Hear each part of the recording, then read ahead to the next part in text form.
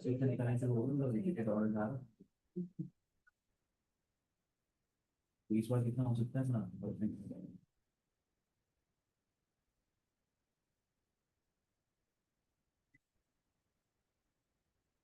कौन से इम्पोर्टेंट अच्छा अच्छा अच्छा वैसे नाम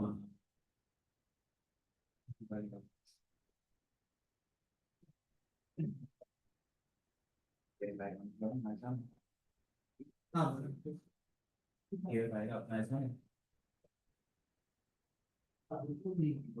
अच्छा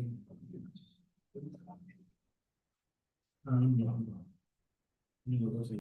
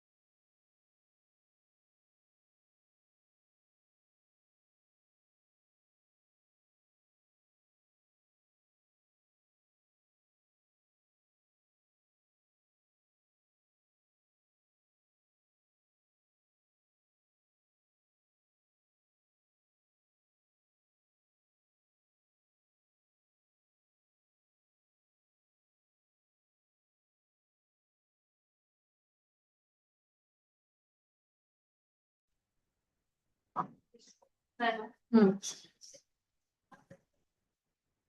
MHE primary fertility with bilateral endometrioma adaptation. Nutrilite लिया है हम इतने नवंबर में इन्होंने न्यूट्रोलाइट दिया है, जनवरी में इनको मेंसेस आए हैं, उसके बाद में मेंसेस नहीं आए हैं। फिर हमने यहाँ इनको इवाबोलिक्स एडवाइस किया था, तो होल्ड कर दिया था, तो पेशेंट ने अभी लिया नहीं इवाबोलिक्स का। और पेन, तो bilateral endometrioma है पेशेंट को, was advised for pain। अंदर तो मैं उस समय के लिए गोली सुन के, तो बहुत दर्द था क्या जी? आपको दर्द भी बहुत रहता था? बहुत रहता था, लेकिन इंजेक्शन का ना 2 मतलब ये डाल दिया, उसके बाद में दर्द तो नहीं रहा, और फिर दर्द शुरू हो गया, पीरियड में आया।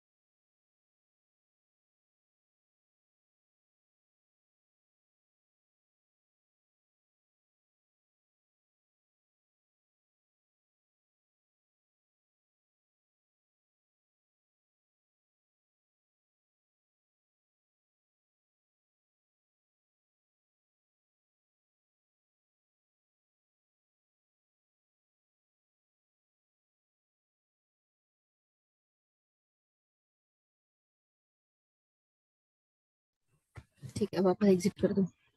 क्यों? I will rejoin again.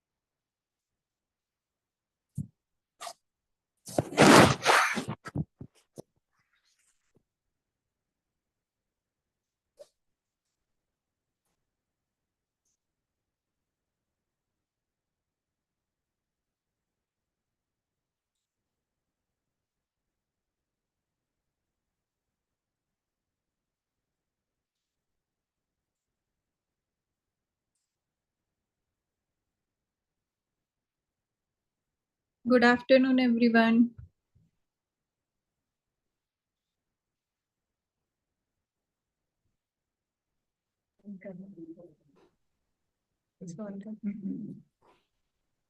Hello. Hello, good afternoon, ma'am. Good afternoon. Good afternoon. Hello, Kalpana good ma'am. afternoon. Good afternoon. Good afternoon, ma'am. Yes. Welcome. Hello, ma'am. Hello. Hello. Ma'am busy लग रहे हो doctor कल्पना ma'am आप busy लग हाँ रही हो एकदम मैं अभी हॉस्पिटल ही में हूँ तो यहीं से भी लॉग इन किया है नहीं अच्छा हाय कि अभी आप नहीं good afternoon everybody good afternoon Good afternoon, Seema, ma'am. Good afternoon ma'am good afternoon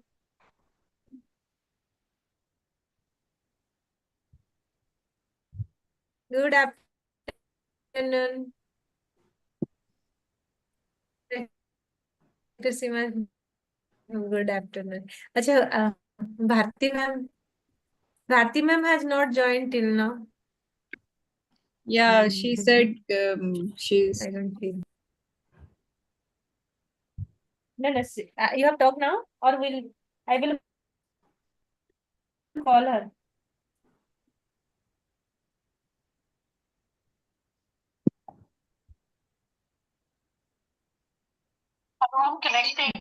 हाँ yes ma'am thank you ma'am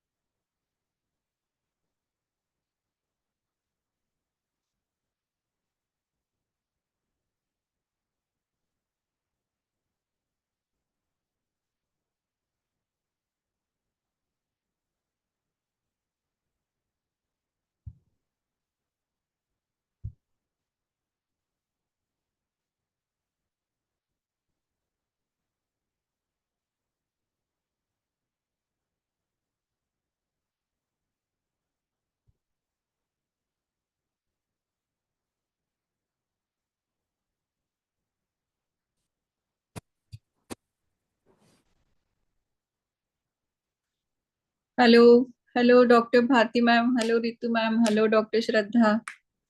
Welcome Hello, to good all. evening.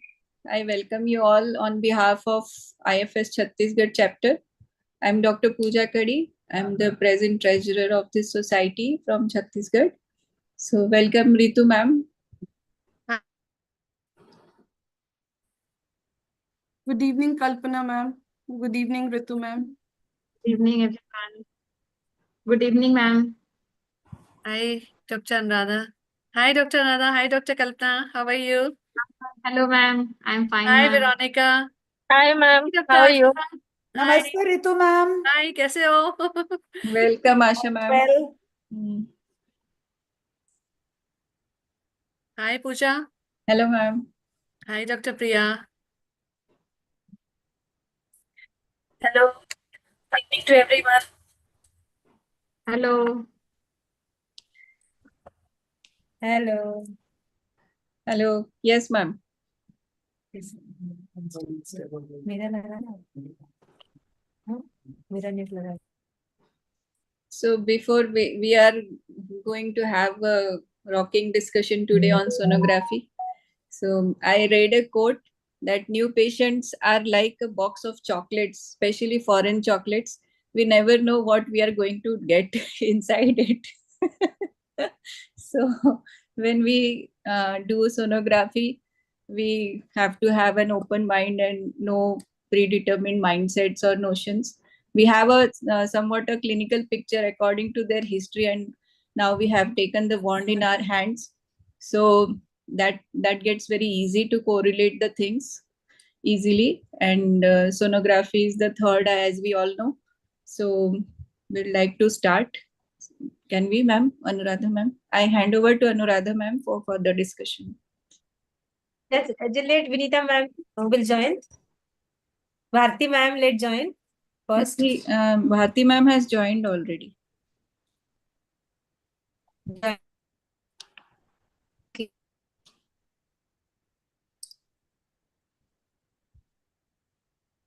Okay. Okay. On behalf of chapter IFS and also behalf, I am feeling very happy and gratitude. Your voice is breaking, ma'am.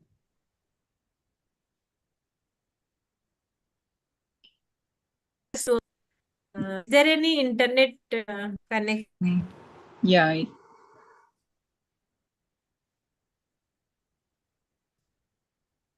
Problem? Internet.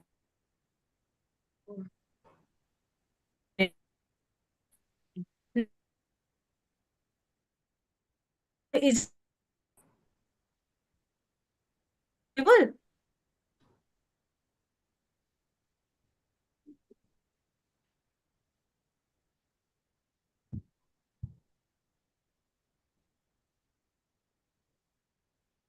By the time Anuradha ma'am comes back, Bharti ma'am, are you there?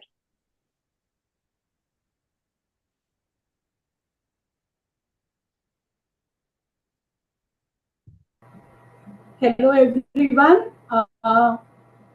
Yeah. Hello ma'am. Hello Good. everyone. I think if the entire faculty is there, actually I'm just loading my presentation, so I just need 2 more minutes. Yeah, sure, ma'am. No problem. Yeah.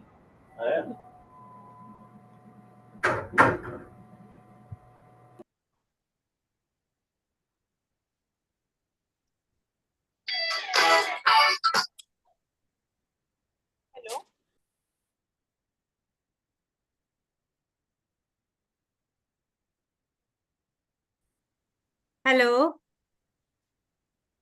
Hello. Am I audible? Yeah. Yes, yes. As we all know, infertility is a growing concern worldwide and affecting millions of people. And one of the crucial tool in this management of this infertility in this journey is ultrasound. And it plays a vital role in evaluating the female reproductive health and also like know the ovarian reserve, oocyte pickup, embryo transfer. All we know about all the requirements and importance of USG. So we know it is an indispensable tool to manage the things. So now our knowledge will again regain after listening to Dr. Bharti ma'am on the follicular monitoring. Now I will hand over the stage to her. Dr. Pooja, now carry on. Yeah. So as we have so many armamentarium like tools for us to screen the patients, like history, examination, then physical examinations. Then we have sonographies, maybe we have 2D, 3D, transvaginal, and then we have MRI, we have SIS, we have HSG, we have CT. So there are so many tools, but amongst this, sonography is the best non-invasive tool. And we know that we have to screen for the basic target organs like uterus, ovaries, and anterior compartment, posterior compartment, all the reproductive organs. So today we are heading to one by one discussion. So first lecture is on ovarian monitoring and color Doppler. So for that, I'd like to invite for this as chairpersons, Dr. Anuradha ma'am and Dr. Kalpana Singh ma'am. And the speaker for today is Dr. Bharti Jain ma'am. So Anuradha ma'am, please. You read. You Okay. just read the. Okay. Okay, so Uh-huh. Dr. Bharti Jain, she is a director of KJ IVF and Laparoscopic Center from Delhi, and she is a consultant sonologist with more than 20 years of experience, with vast experience in interventional sonography.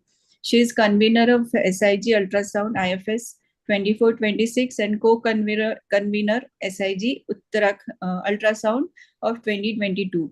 She is an ART consultant and formerly senior specialist at ESIH Delhi. She is an excellent academician and orator. She has written many chapters in books, and she is heading the charity wing of KJIVF Dhanvantri Trust, which is providing infertility services to poor people. So nice of you knowing, ma'am, and I welcome you on this platform to share the knowledge and show us the guidance. Like.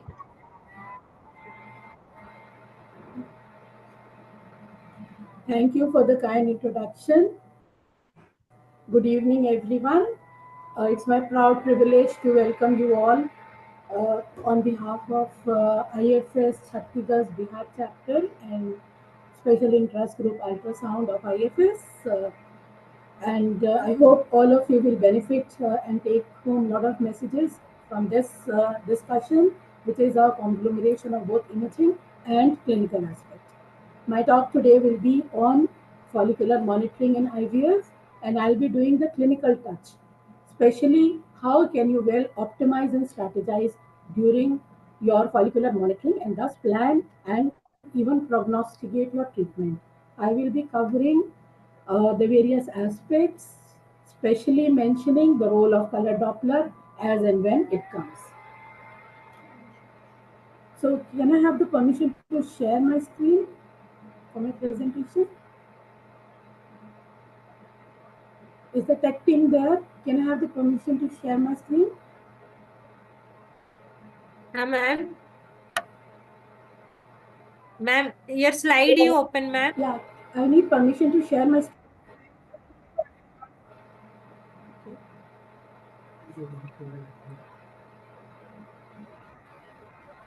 Yeah. Is my screen visible? Ma'am, no. No, ma'am. I'm just Okay, just telling. give me. हाँ ma'am को host बनाओ ताकि she can share the slides. Bharti Jain ma'am को.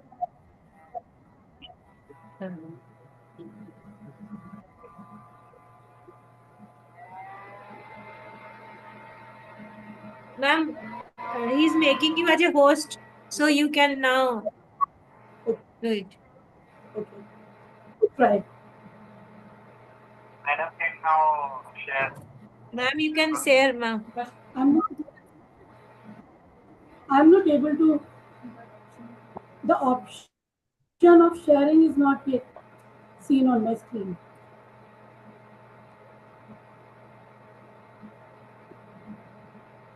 Hello. Can you see? Can you see Yeah, the that slide? share. No. Let me talk. We can see the share thing icon, but we cannot select it. We are unable to select that icon.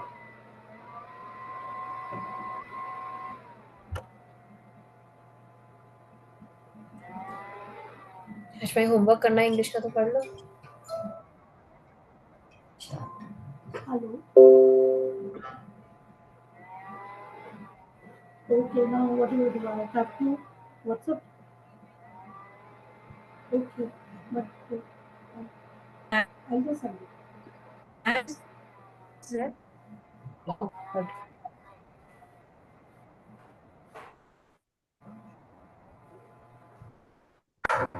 नुकसान कर गया आपको।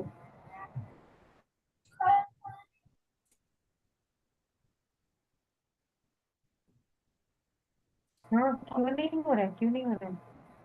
Hello, हाँ हाँ, क्या बोलो? Light हो रहा है? Share it.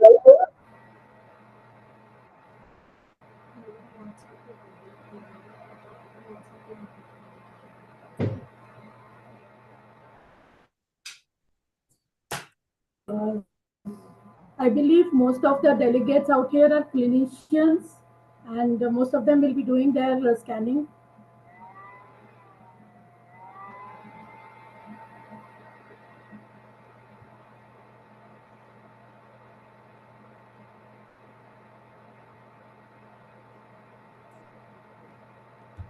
So far as my presentation is being downloaded, I think most of us over here are clinicians, and most of the delegates must be doing their scans. So in my talk today, I will be just covering the various aspects of follicular monitoring in IVF. And as we know, most of us practitioners, ART over here are doing our scans basically on 2D. Of course, we can optimize. Yes. So we can optimize the scans using 3D, and power Doppler is definitely a definite must for doing the follicular monitoring, because uh, when we are in a fix or we want to prognosticate, then power Doppler comes in handy. So while selecting your machines, please go for a machine which has a good Doppler. 3D is not a must, but power Doppler and a good one is very important, because unless you are able to pick up low velocities, you cannot take most of the measurements, especially the slow flow of subendometrial vessels. So 3D definite good tool, but to be used in select cases and not a must for most of the planning or the therapeutic decisions while follicular monitoring. Maybe in endometrial evaluation, as I suppose Dr. Ritu Khanna will be dealing, we might need a good 3D Doppler, 3D scans.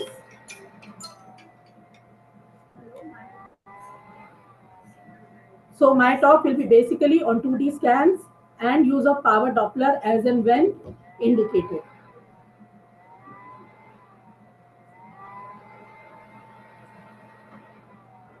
I think my sharing screen will take around 1 or 2 more minutes. Share कर पाओगे?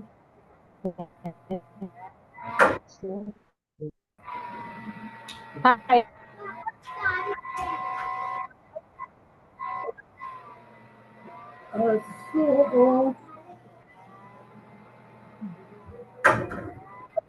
So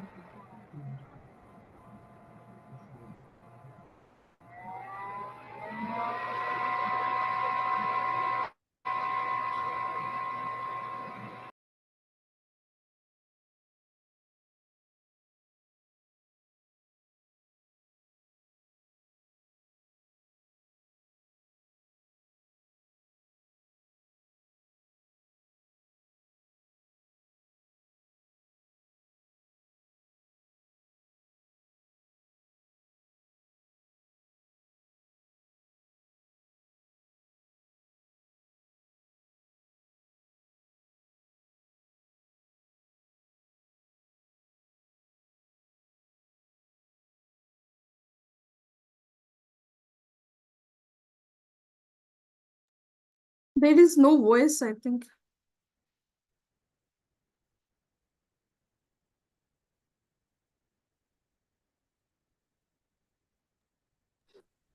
Ma'am is muted.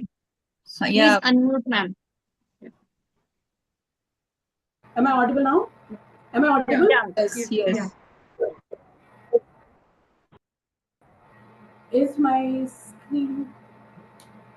I think my slides are. Will take a minute or so. See, TVS has revolutionized the scanning process, especially with the advent of high frequency TVS probes. Now you can actually predict the ongoing hormonal milieu, and so all your scans, they have to be meticulous, and you correlate with the day of the scan so as to do away with the hormonal monitoring. So it has to be an intelligent scan. I think my slides are still not there.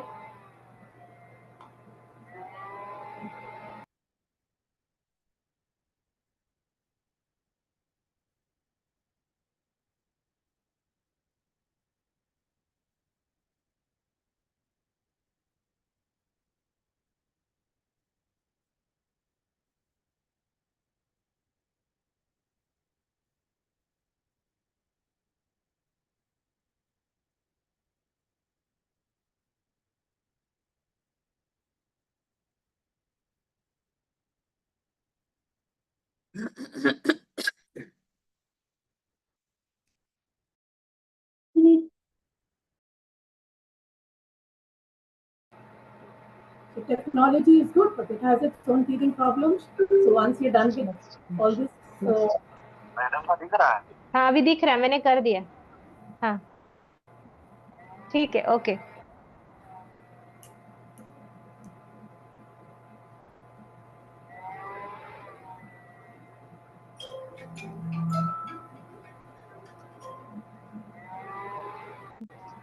I bring greetings from my place of work, KGIF and Laparoscopy Center. It's located in Delhi, East Delhi, for the past more than 2.5 years. So anytime you come to Delhi, you're most welcome to visit my place. My screen is still not visible. Ma'am, it's visible, ma'am. No, It's visible no, to I you. can't see the slide. Oh, No, I can't see. We can see ma'am, the it's visible to PowerPoint. us. Screen is visible. Uh, I think you need to click it, ma'am. I'm not able to see my slides individually. I mean, ma'am, it's visible, ma'am. Just click it. I am Just see. trying. Just see now. Is it visible, ma'am? Slides are not visible. We can see the I can see PowerPoint the full icon. thing. Yes. If you click the new ART USG, I think you will get it. No, we're clicking that, but still not getting it. Hello. No, Anuradha हाँ ma'am. आप करो. हाँ हाँ आप करो एक बार. मेरे से नहीं दिख I रहा है think मैम को. मैं कर रहा हूँ डाउनलोड. हाँ हाँ आप करो. 1 minute, ma'am. Just 1 minute.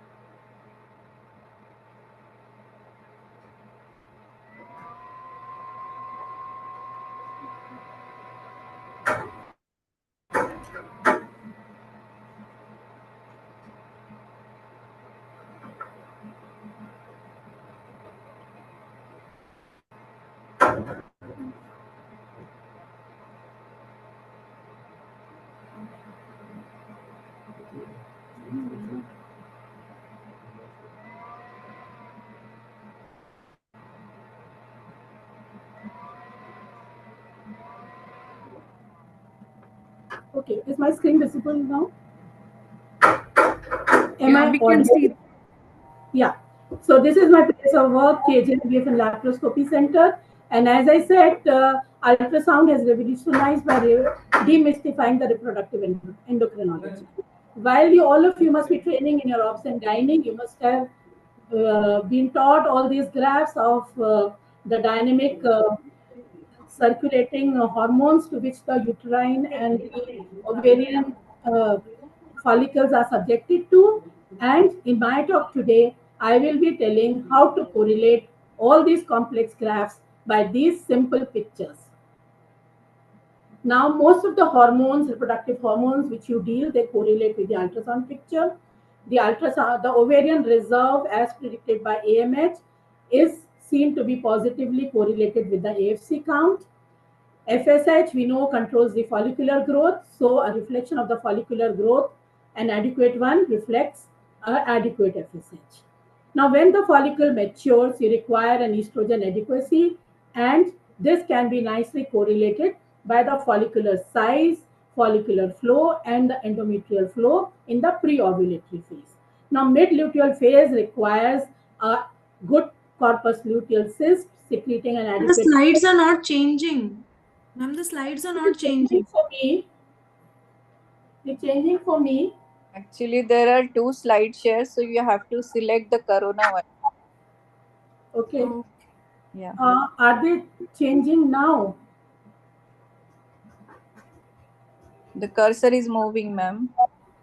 Ma'am, slides are going fine. You can go ahead. Okay. Can you see my slides changing now? Yes, yes, it is visible. Then when you have the mid-luteal phase to assess the progesterone adequacy, you can see the corpus luteal flow and the RIPI of the subendometrial vessels. Now, in subovulation cases, when you have a higher androgen level, you see the high AFC and a high uterine RIPI, and you know that you're dealing with a hyperandrogenic state, and you have problem in ovulation in such cases. Similarly, increased LH, a tonic LH, is seen on ultrasound by increased ovarian echogenicity and vascularity. So my talk today will be based on these following topics.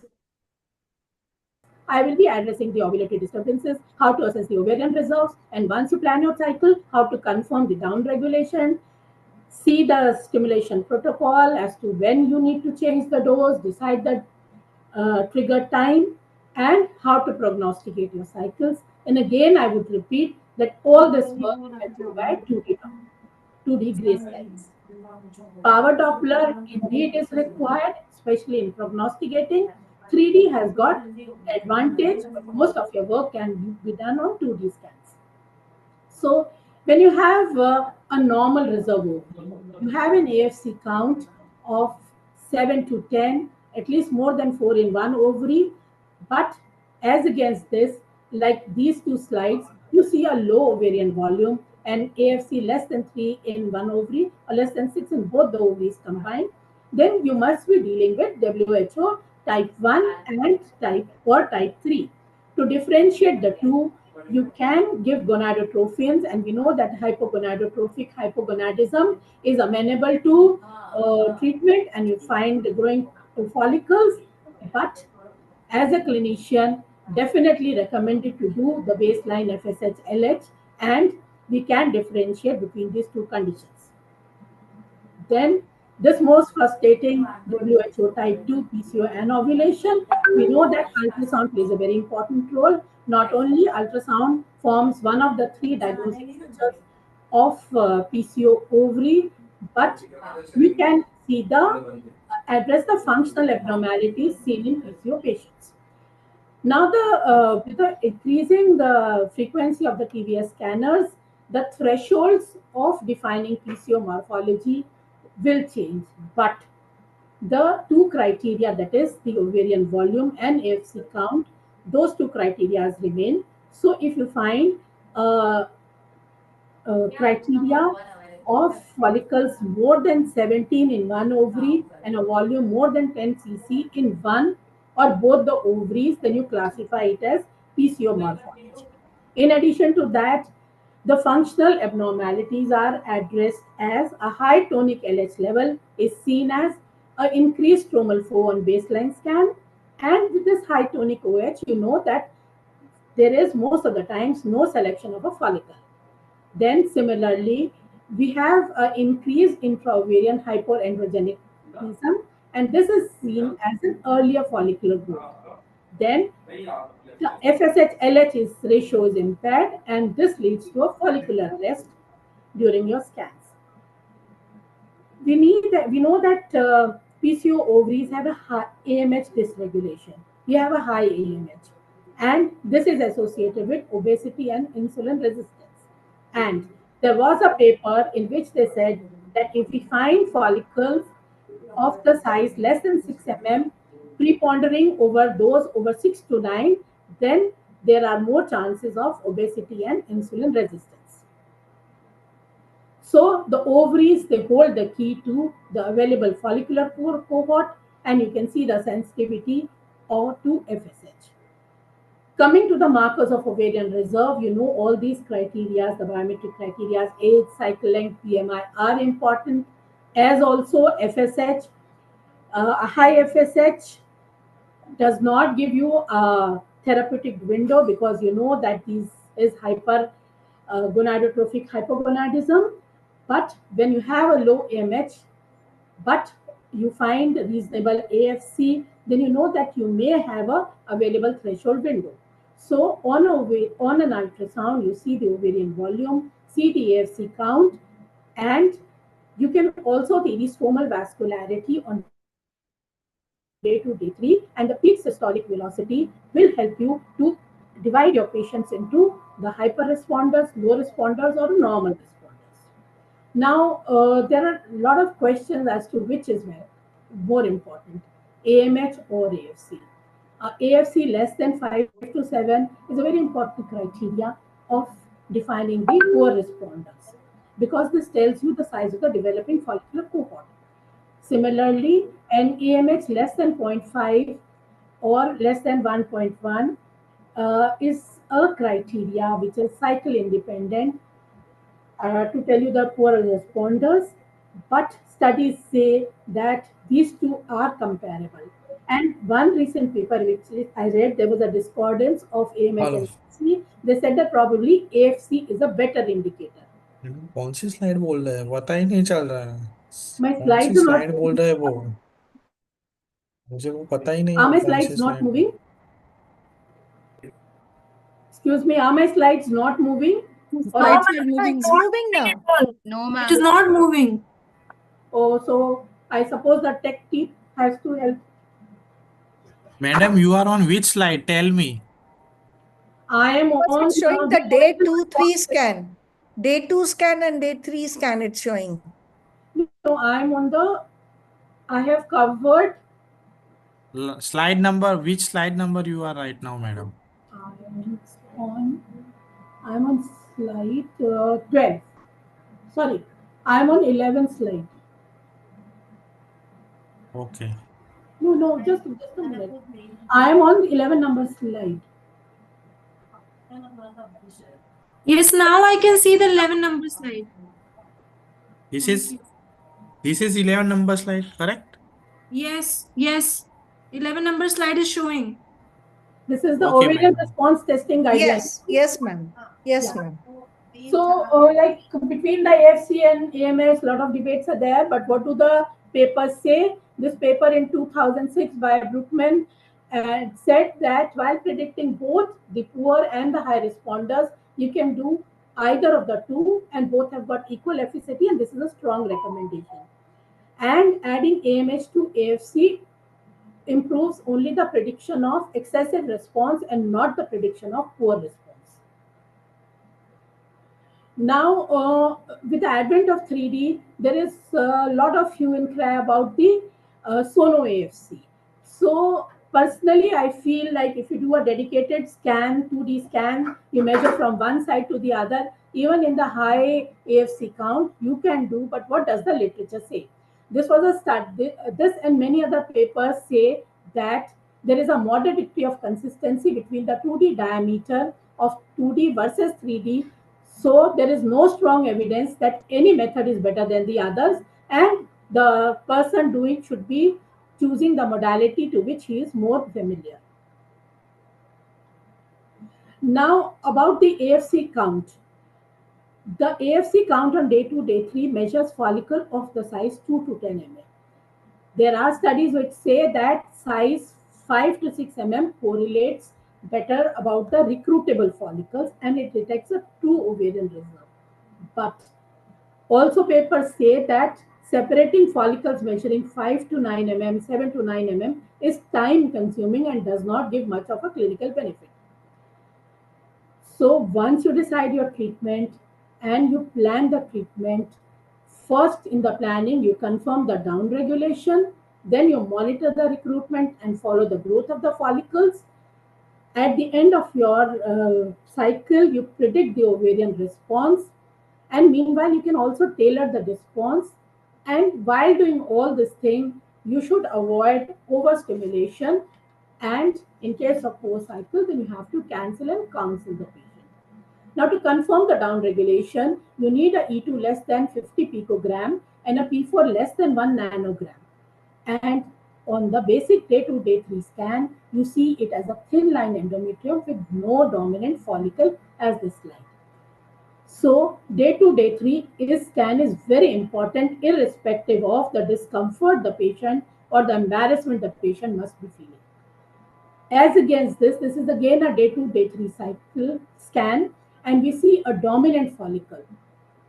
So this is associated with a higher estrogen level. So the patient has to be given Femelon so that this hormonal aberration is corrected. Similarly, this is a day 3 scan of a PCO ovary. Normally, you should not be seeing a thick endometrium. Normally, the endometrium should be thin, but if you see a thick endometrium, this is due to the luteal phase defect of the previous cycle, which is giving rise to an unopposed high estrogen. So this again needs to be corrected.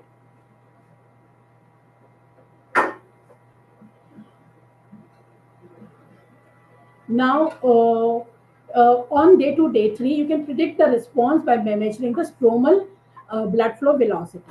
This stromal blood flow should not be near the follicle, and in this instance, 3D ultrasound is very important because you can pick up global flow and slow flows. It is the stromal peak systolic velocity which correlates with the follicular response and not the PI or RI of the stromal blood vessels.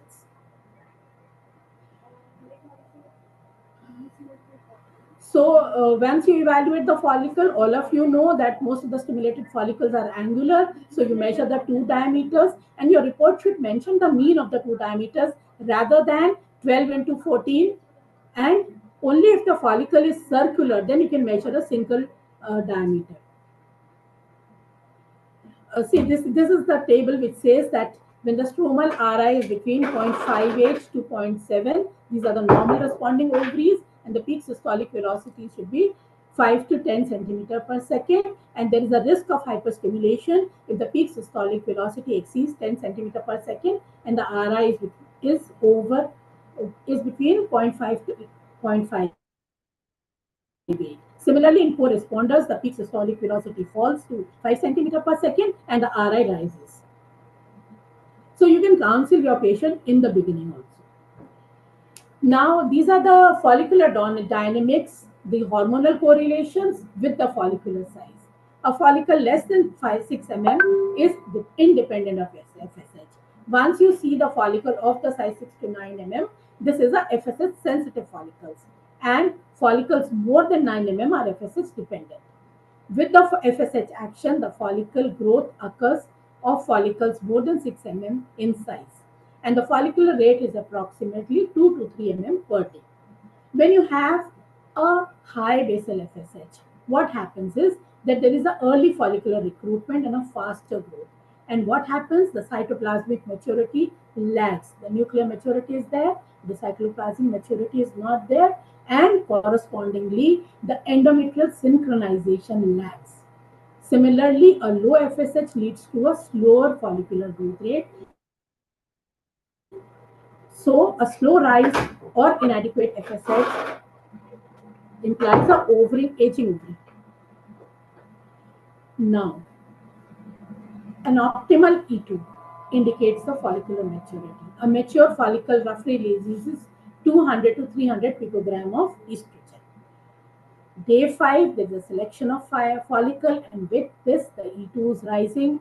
Day 2, with the rising E2, there is an increase of perifollicular vascularity, and perifollicular RI inversely correlates with the estrogen level. 2 days before ovulation, the RI is the lowest, and when LH surge, there is an increase of peak systolic velocity, which lasts 29 hours before and lasts up to 72 hours after ovulation. So, you can predict your follicular maturity with your scan. And this is important, especially when you have a paucifollicular response.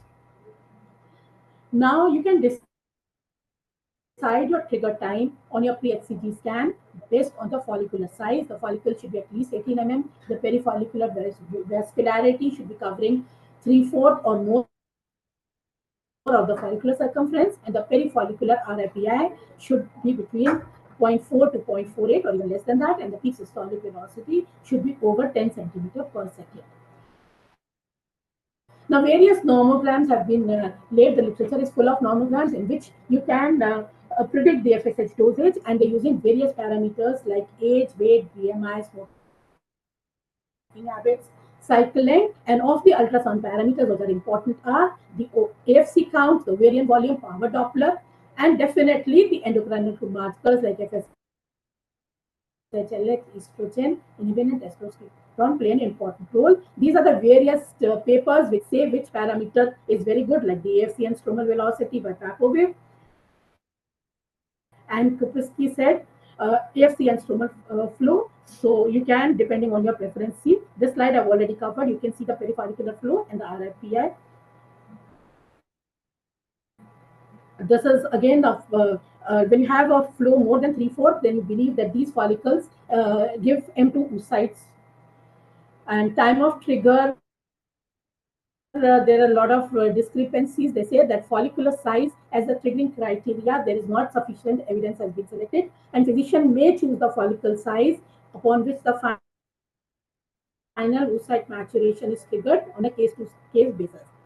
And decide the time of trigger, it is multifactorial depending on the size of the growth follicular cohort, the hormonal data, the duration of stimulation, and the experience of the previous cycles. And the GDD does not recommend basing the time of oocyte maturation on estrogen level alone. Neither it recommends based on the time on the estrogen follicle ratio. Now, there is a question whether we do TVS or you combine TVS with estrogen monitoring. And this study by Fertile Study in 2003 said that you can simplify your protocols by using TVS alone. This will avoid unnecessary anxiety and reduce the costs. And this study by Shiladit Bhattacharya said that, however, it's a good practice when we combine with hormonal monitoring, especially in females who are at high risk of overdose. Now, you can see the ovarian, you can predict the ovaries which have a low reserve. You can see your stimulation, but at the end of it, we have the Poseidon 1 and 2 criteria, patients with good ovarian reserve but poor responders. So, ultrasound addresses those issues also. See, at the end of each stimulation cycle, you see how many follicles are obtained at the end of COS, but then it does not take into consideration the pre-treatment AFCs.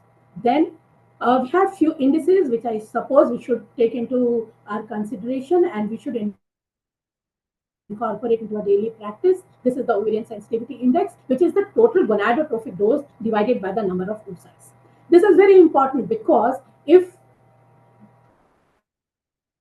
the dose dose per follicle is low, then those ovaries give better M2 oocytes. But it has the disadvantage that it depends on the stimulation protocol, then it depends on the gonadotrophic type, and it depends on the starting dose. Then there is an index called FOI, that is the follicle to oocyte index. It is the ratio between the number of oocytes collected and the number of AFC on day-to-day. And this reflects the dynamics of the follicle on stimulation, and you can identify the hyporesponse. It correlates with the clinical pregnancy rate, but papers correlate the clinical pregnancy rate only on day 3 transfers. and you divide the this into 3, FO into 2, that is FOI less than 50 was considered as a low and depended on the genotype and anthropometric or oxidative stress, and FOI greater than 50 was normal. But again, it depends on the trigger type and the efficiency of the trigger, which will influence the FOI. FORT is another index which takes into consideration the ratio of the pre-ovulatory follicle on the day of HCG divided by the number of antral follicle count, and you multiply into 100 to obtain the percentage. It is a qualitative and a quantitative marker of ovarian sensitivity, but it does not mention the number of oocytes. A FORT less than 0.3 signifies a low ovarian sensitivity. Between 0.3 to 0.8 is normal, and higher than 0.8 is higher. So we should use these indices in day-to-day practice.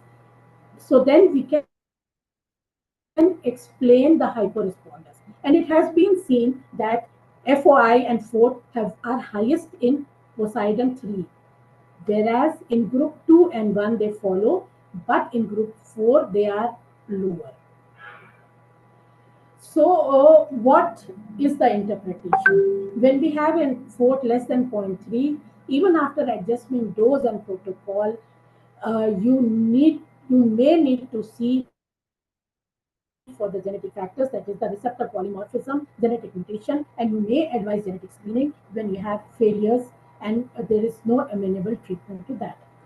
Now, predicting OHSS is very important. We see a young thin PCO patients and a previous OHS in the previous cycle, a steep rise of E2 and an estrogen more than 300 picogram on day of HCG. On ultrasound, we know that when we have a PCO morphology on day 2, an AFC more than 25, a stromal velocity more than 10 centimeters, and a relative preponderance of smaller and intermediate follicles over the large follicles, then we know we are heading to OHS, and this iatrogenic complication should be avoided and timely treatment should be taken. So thank you for the attention.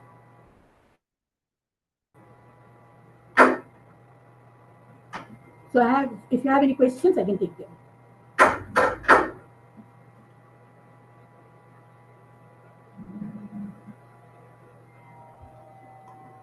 Thank you, ma'am. Thank you. It was really very informative, and it's very practical. You have given the practical tips how to monitor in stimulated cycles and how to predict, so that we can counsel the patient properly, and we can increase the take-home baby rate, and also we can save ourselves. Prior to stimulation, we can explain everything: how is the ovary, what is the AFC, what is the chances of embryo formation, and poor response also. So it's very nice, ma'am. Thank you. Thank you so much. Thank you. Any questions? Ma'am, I have a question. In your slide, ma'am, you had mentioned about how to predict that on day 2 of cycle, if we, in a PCO case, if we have a thick endometrium, and it shows that it is because of unopposed estrogen and luteal phase defect probably. So how can we correct it? What is your mode of correcting it? Do you give OC pills or any other modality? We can give Mepitrate for 21 days because there is a case of progesterone deficiency, so we need to correct that by giving progesterone. So will you be doing any blood tests, or should we do any blood tests on day 2 or day 3? Purpose of an ultrasound, no? Yes. No, not at all. It is only when case we have a refractory follicle. I mean, when there is a dominant follicle on day 2, day 3, which does not respond to 1 or 2 cycles of Eminon, then you may, because then it can be a non-functional follicle. Otherwise, we don't do day 2, day 3 hormonal. Thank you, ma'am.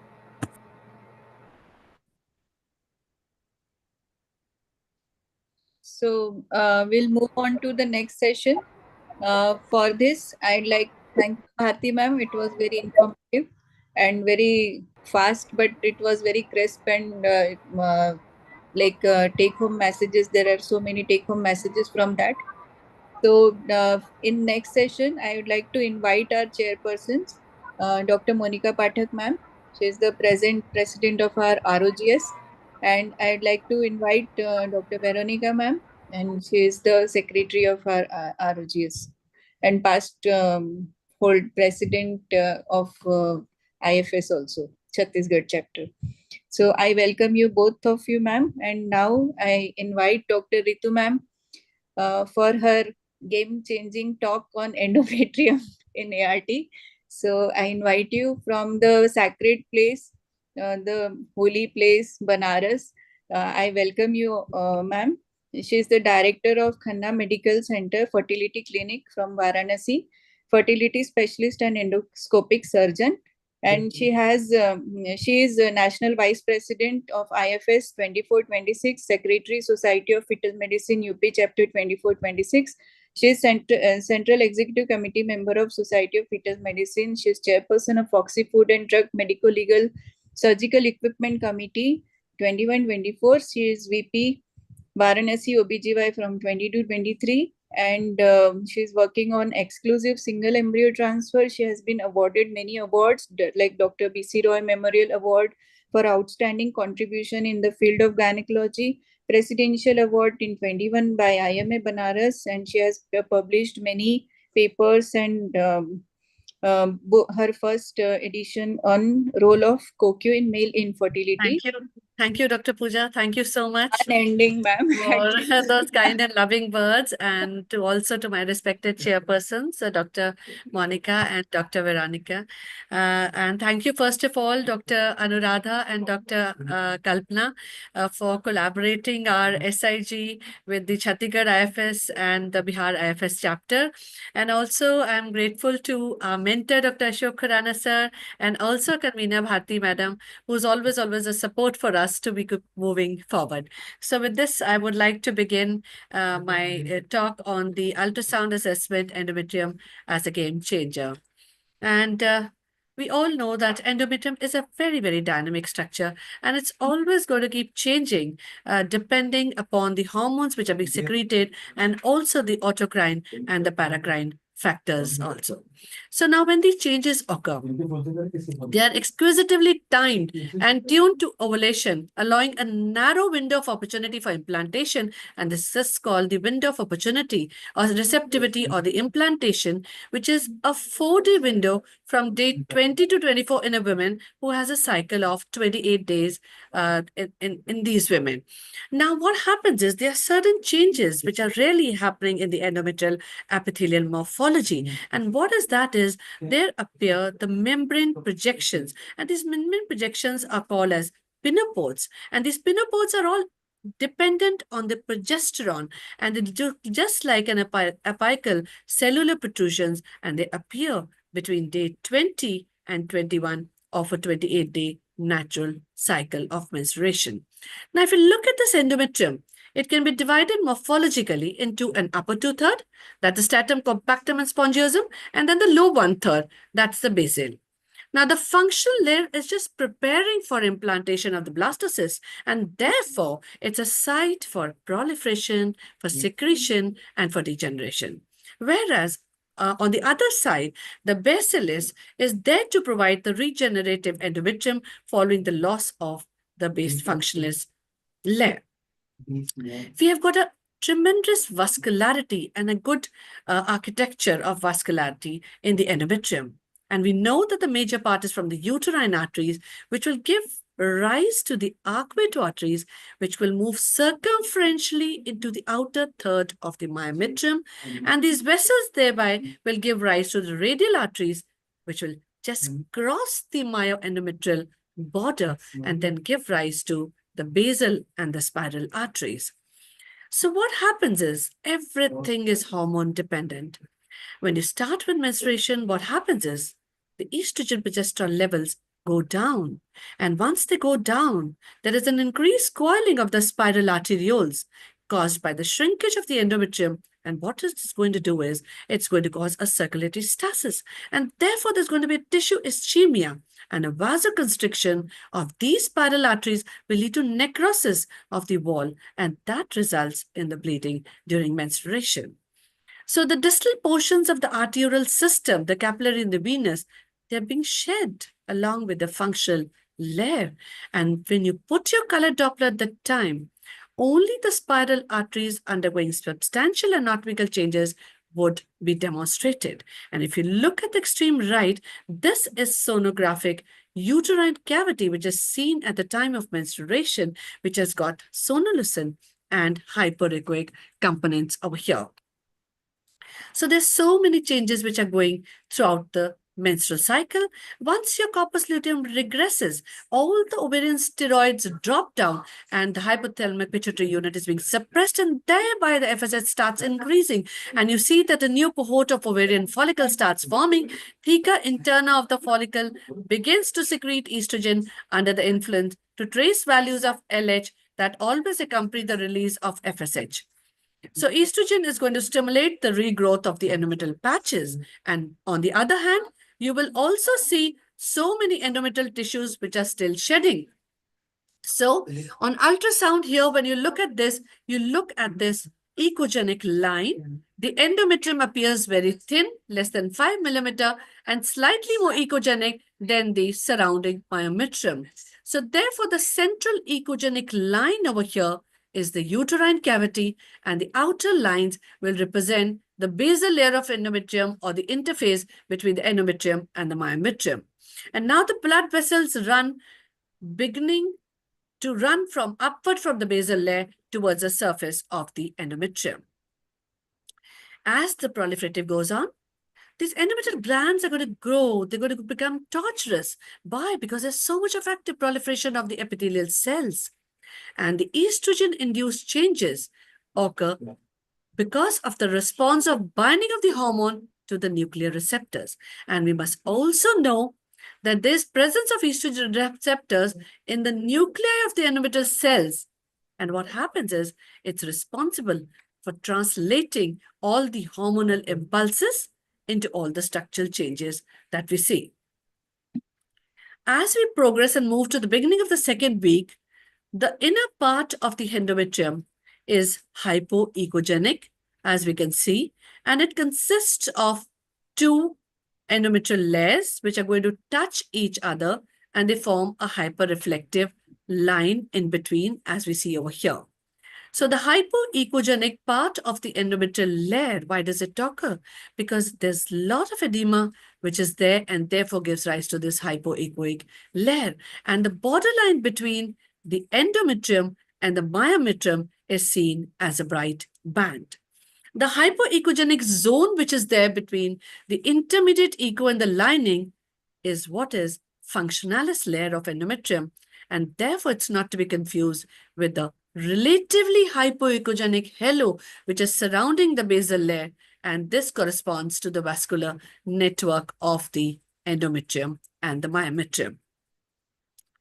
Whenever we look closely at the endometrium, we find that there are some contractions which will be going on. And these contractions are just sex steroid dependent. So it parallels with the rise in the serum estradiol, and therefore the contractions which should be, if they are more than 5 contractions per minute on the day of embryo transfer, that means that there may be a chance of a low implantation as compared to when there were 3 or less per minute. So you really need to look into the number of contractions per minute, and that will guide you also further to your transfer of your embryos. Now, when you look into the rising levels of estrogen, the endometrium starts growing along with the follicle, and this endometrium grows at the rate of 1 to 2 millimeters per day. It starts becoming triple line, and you'll see this triple line 6 days before the LH surge, and it's going to remain a triple line till 7 days after the LH surge. Now, as the ovulation is going to happen, the glands, they become more numerous, and the expected endometrial thickness goes up to 10 to 14 millimeters. So this endometrium grows more than 10-fold, and an increase in the alkaline phosphatase and ribonuclear parallels with all the morphological changes which are going on. Now we always keep measuring this endometrial thickness over here, and we measure it midway along the cavity, perpendicular to this midline echo, which is here. And your measurements should reach both the echogenic margins, and that is going to be your correct measurement. And if you look into the first picture, if you take it like this, it's not a correct measurement of the endometrium. Now the endometrial thickness that you measure, usually you get a 7 to 15 millimeters. And of course, that may be something with a good implantation. But yes, if your endometrial thickness is not very appropriate, it may have a negative predictive value of your implantation also. So on a TVS, an endometrial thickness of 6 millimeters is considered the minimum usually that we take. But we also know that yes, pregnancies could occur at any endometrium thickness thereby also. So even when the pregnancies are occurring with endometrial thickness of 6 to 8 millimeter on the day of HCG, we find that the rates of preclinical miscarriage, that's a biochemical, and the clinical pregnancy miscarriages were 21.9 and 15.6 as compared to 0 and 12% respectively when your endometrial thickness was more than 8 millimeter. But that doesn't mean that you keep on going on till the endometrial increases and goes up to 16 millimeter to no, because they found that when an endometrium grows more than 14 millimeters, it may not be very conducive for implantation. Now, when you're looking at the endometrium, do also go to the sides and look at the endomyometrial interface. And this is seen as a very clear halo, which is surrounding the whole of the endometrium. And you do a 3D and find this beautiful junction, which you can see, which says, yes, you have got a good regularity of this endomyometrial junction, which will favor your implantation, and breach of this irregularity indicates that this endometrium may be unhealthy. The morphology of the endometrium is important as the thickness of the endometrium. So it is not that you measure and your endometrium seems 9 or 10 millimeters and it's going to be very good of your implantation. No, you also need to look at the morphology of the endometrium, and the texture of this endometrium is graded. There are two aspects. One is reflectivity and the thickness, which keeps on changing. The pattern is defined as a type of relative echogenicity of the endometrium that you're viewing as compared to the adjacent myometrium, which is also an important marker. Now, if you look into these grades, we have the grade 1, which is proliferative. The grade 2 is peri-ovulatory. The grade 3 is secretory. And again, we have grade 3 type 2, which is, of course, again, the secretory. So what is grade A? You have a triple line endometrium. The intervening area is hypoechoic, as similar to the myometrium, and it's attributed due to the multiple tissue interphages due to the glycogen storage which is there in the endometrial columnar epithelium. Now it's graded as grade 2 when it is still a triple line, but when you look at the echogenicity of the intervening area over here, it's less than that of the myometrium, and the central line is a little poorly defined. So this is a grade B. A grade C is quite an unfavorable one, and look at this is just homogeneous isoechoic endometrium over here. So a multi-layered triple line endometrium, which is grade A, would be important and a good marker for your implantation. And this endometrial pattern appears unchanged even after ovarian stimulation or by the hormone replacement therapy. When we were doing your clomiphene stimulated cycles, we found that the endometrium thickness could be less in the earlier days, but immediately later on, because of the removal of the anti-estrogenic effects, this endometrium could prove to be better. But during the late proliferative phase, endometrial thickness increases at a faster rate than in the spontaneous, as it escapes the antiestrogenic effect over here. But in the gonadotrophin stimulated cycles, the endometrial thickness is greater than that in the spontaneous cycles. Now, if at this point of time you put your color Dopplers, the Doppler study of, I told you earlier that it's the spiral arteries which are seen, and you also look at the subendometrial radial arteries, which at this time of nearing the ovulation, it is reverse, as Bhati Madam said, to the estrogen levels.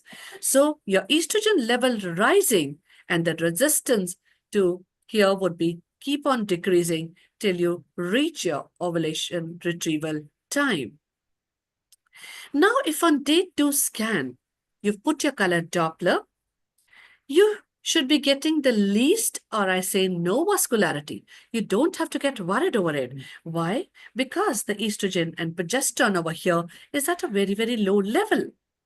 And the subendometrial flow on day 2, if it is present on the other hand, that means that there is some other factor over here which is giving this flow. And therefore, this endometrium may be a low receptive endometrium for implantation. Nearly the same time as you're going on with the follicular vascularity, as we saw in the previous talk, the spiral arteries start moving. They start moving to the endometrium. And it's as early as day 8. So we don't need to put our color Dopplers before that. It's as early as day 8 that you will find this estrogen increasing. And yes, the spiral arteries started to extend to the endometrium. So the endometrium and the subendometrial flow will increase in the follicular phase, and it's going to reach the maximum 3 days prior to your day of ovulation.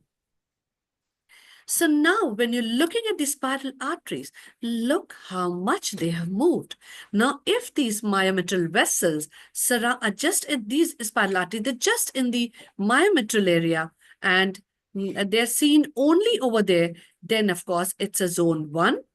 And if these vessels are going to penetrate to the hyper-echogenic endometrial edge, it's zone 2. And when these vessels reach the internal endometrial hypoechoic zone, it becomes zone 3.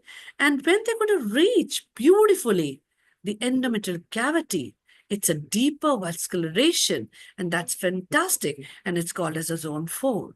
So we looked at the thickness. We need to still go deeper to look into the morphology, but we cannot leave seeing and putting our Dopplers and looking into the zonal flows. The more the penetration, the better is going to be our implantation, because there have been studies which said, look at the implantation when the zone flowed at zone 1 and 2 and 3 and 4.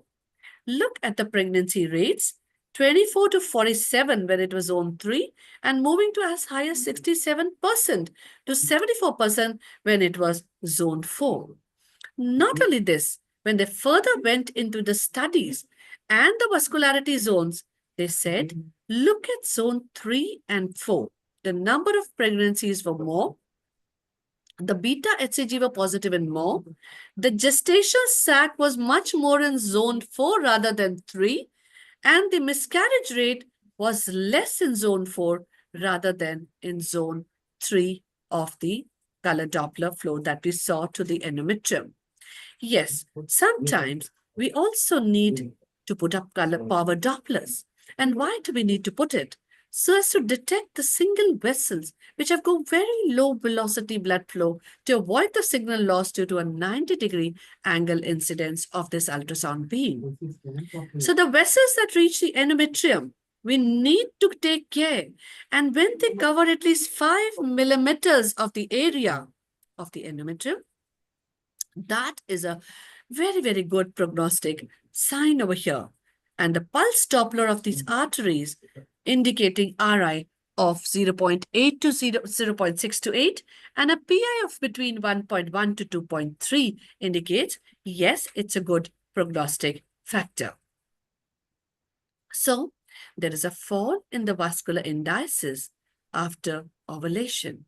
The RI still would remain lower, and the reason behind it is after the ovulation occurs, there is a vasodilatation of the subendometrial capillary plexus, and ultimately there's a stromal edema.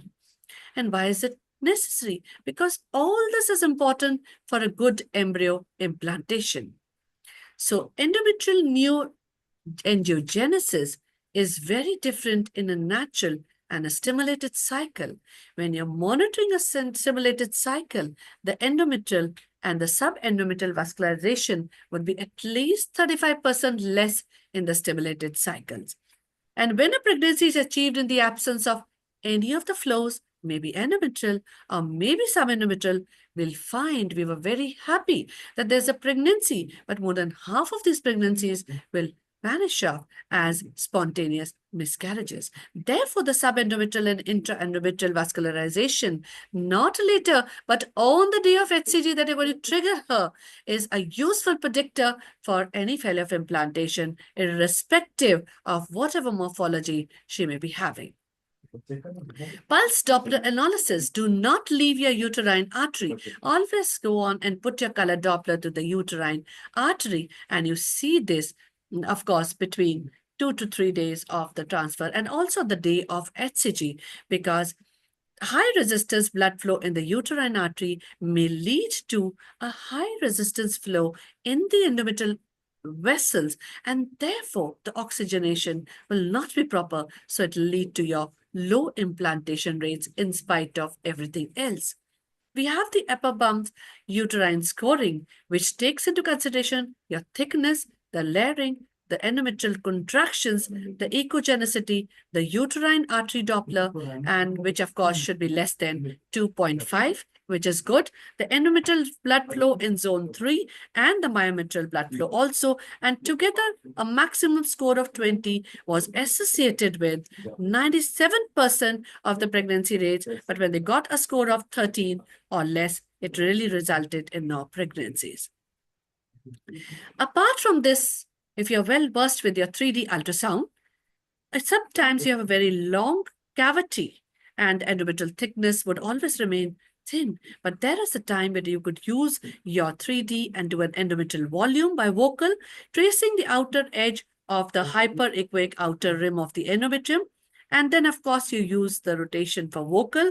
And the minimum, of course, most pregnancies they found to see that it was found between 2 to 13 millimeters of the volume.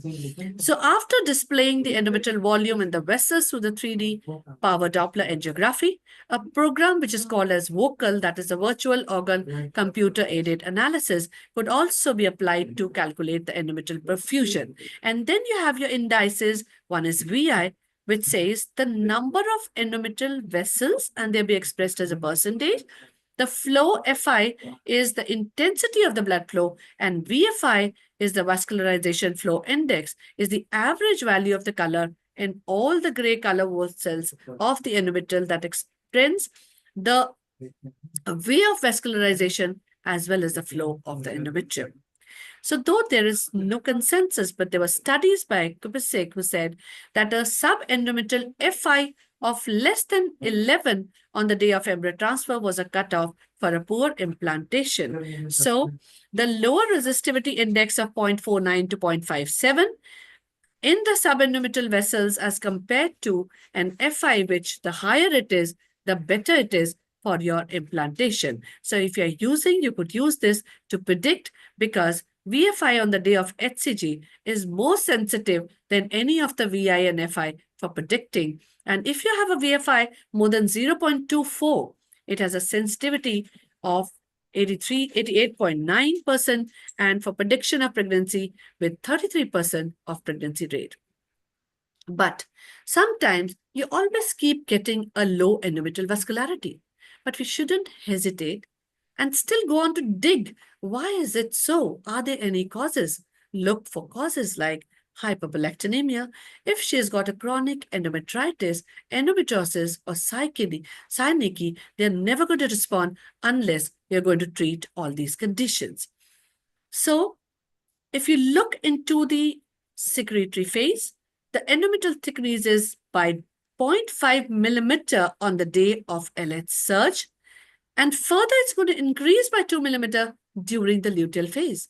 Then the vascularity decreases until day 5 after ovulation and increases during the luteal phase. So this is what is happening to the endometrium, and this is what is happening to the endometrial vascularity, because you need all this for a very good implantation. And you look at the RI of the corpus luteum, it should be less than 0.5.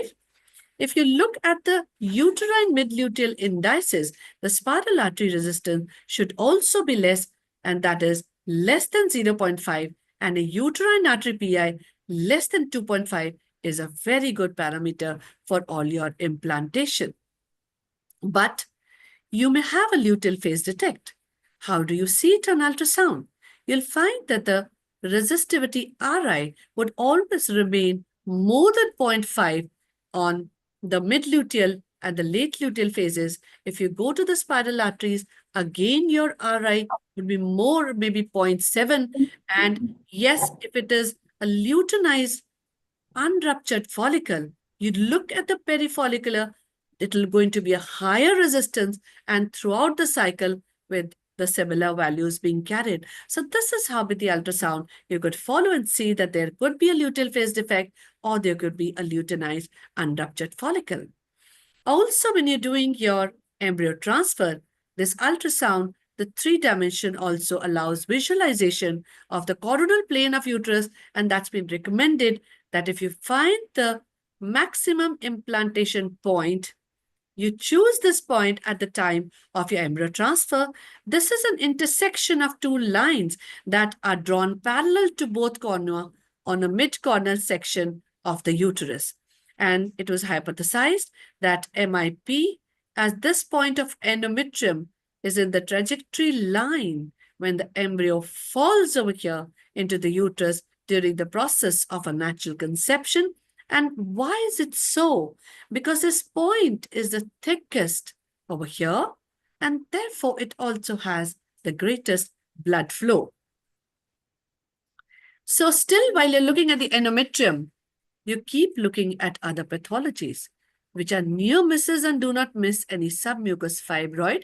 Do not confuse with the an endometrial thickening or a polyp. Clear it beforehand. Any intracavity fibroid, any polyp, any SIS could be cleared by an SIS always before. This intrauterine synechiae need to be differentiated. You can do an SIS and differentiate all these adhesions. And of course, the endometrial hyperplasia, when you put your blood flow, the malignancy, which has got a bizarre appearance, and there'll be a loss of endometrial-myometrial junction, and of course, a bulky uterus and a bizarre flow, which and all the walls hypertrophied would give an indication for adenomyosis. Do not forget to use your 3D ultrasound, pinpoint your biconduit or the polyps or anything, and putting your color Doppler, identify myomas, the adenomyosis and polyps, because they're going to be a hindrance to any of your procedures. So I am the soil, and take care of me, because I'm going to be the game changer in implantation. So thank you so much for a very patient hearing. Thank you, ma'am. It was really wonderful, excellent talk, I must say, because I was never able to appreciate that endometrial contractility which you had mentioned. It was a new thing to me, and very vast thing you have covered in a very simpler way. And I must congratulate you for this, and also letting us know about the vocal part, which we didn't know that. That was also excellent. And we must keep upgrading ourselves a little stepwise, and I think we always do better. A little upgradation will really improve all the pregnancy dates also.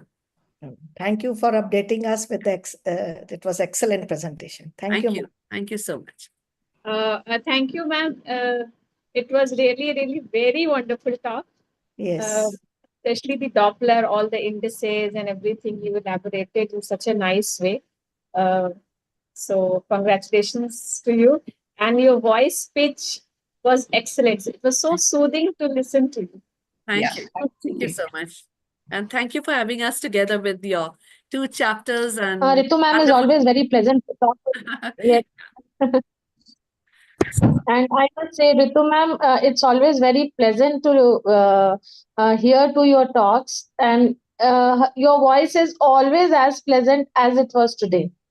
So it suits Wanted- well with the topic also. I just wanted to ask, when there are so many contractions at times, endometrial contractions, Yeah. what would be the ideal contractions that we should take? Because it occurs. They should be literally Less than 5. less than they should be nearing 3, not more, and they should be less than 5. If you're facing a lot of contractions, that means you're a lot of, they're all sex steroid dependent, so that means your levels are very high, so it's going to hamper your implantation. Asutosh, Is there any role of giving So we should- atoxaban if should we the defer- contractions are like reaching 5 prior Yeah, to So should we defer Atoxaban- ET if we are getting more? You can just follow up your patient, but if still she has got persistent contraction, once I had more than 15 contractions, itna faster, I just cancelled my ET. So I Have think you that's tried good. atoxaban, ma'am? Yeah, Atoxaban, yes, we give, but I think with so high contractions, she may not benefit even with Atoxaban. So we are trying to do What a study. should be the ideal day? What should be the ideal day to decide these endometrial contractions? Should we proceed further with ET? I mean, when we start progesterone, suppose we are doing a blast transfer, we start progesterones 5 days before. And so when should we do that last ultrasound? I So think that we you know- usually look at the day 3, and when we're doing, we just look at the contractions, and then we decide over there that whether we should be going in for the AT or not. Okay. And So I as invite, well as during periods. yeah, and I invite all of you to our conference. There we have a national IFS conference. It's an amalgamation of knowledge and spirituality, and this is from 16th of 18 May. And we got a lot of scientific highlights over here, putting everything into the reproductive medicine. And also, again, we will be having our ultrasound SIG workshop. It's going to be one exclusive of its kind, which is going to cover the entire aspects of our infertility and gynecology by ultrasound with a lot of live demos. So I invite all of you if you can join. So thank you so much and for giving Thank you me so this much, ma'am. Thank you. Thank you. And Thank Dr. you so much, Shobhana sir, Anuradha. Bhakti madam will also be with us. thank you, ma'am. Thank you so much, ma'am, for your And uh, also thank you to talk. Bihar Society, Dr. Kalpana as well, for giving us a chance to be a part of such a wonderful webinar. Excellent. I would like to express my thanks to Dr. Anuradha for always involving us in her SIG groups. I'm really, really very much thankful to you. And the talks were very excellent, very nice. So thank you once again. Thank you, ma'am. Thank you. It's always a teamwork. Yes, Thank you, yes. ma'am. Agreed. It's always nice and pleasurable to meet people and increase the fellowship. Yes. Yeah, I true. agree. Ma'am, So one we will question I move can on to ask. panel. Yeah, Yes, go ahead, yes, Dr. Priya. Yes. Yeah.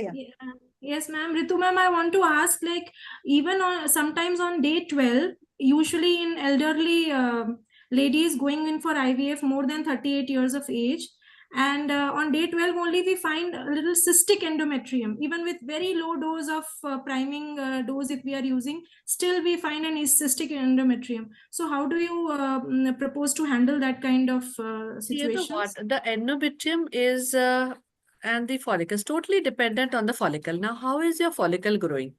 It depends on that. Sometimes what we do is we give a lot of high doses of estrogen. So even that may also result into your endometrium forming like this. Your endometrium is a reflection of your follicle. So, I mean, if you're giving very high doses, maybe it's because of that. It's a sudden spurt of that follicle. Maybe it's because of that. So it's all the increased estrogen levels.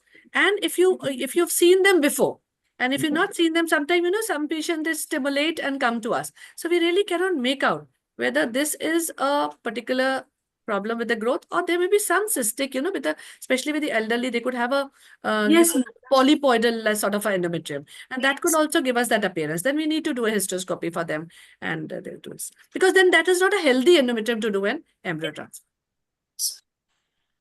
So that's why I said, we just look at the thickness and we're very happy. But yes, we need to go into the morphology, then we need to go into the color flows, because every bit of it is going to affect your implantation.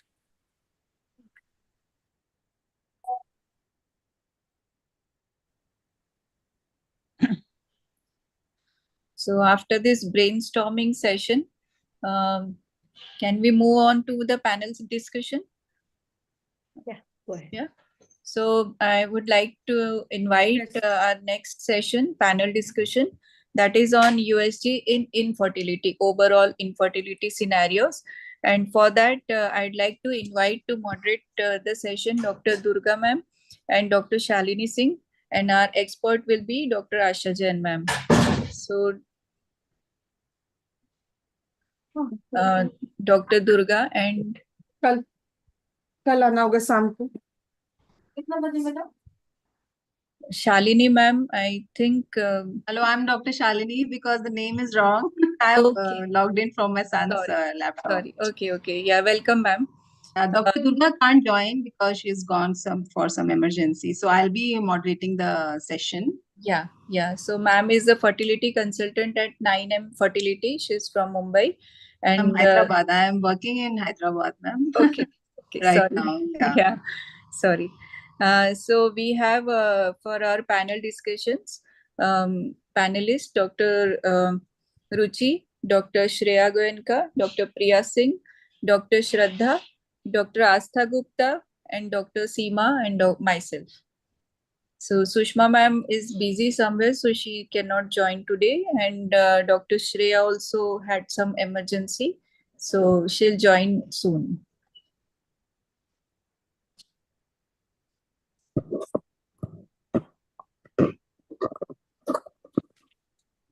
I have opened my slide. I hope everybody can see. Yeah, it is visible. Yes.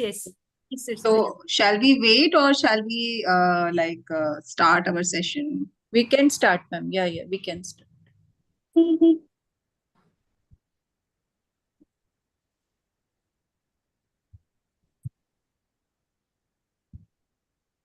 So thank you, Dr. Anuradha, for giving me an opportunity to moderate this session.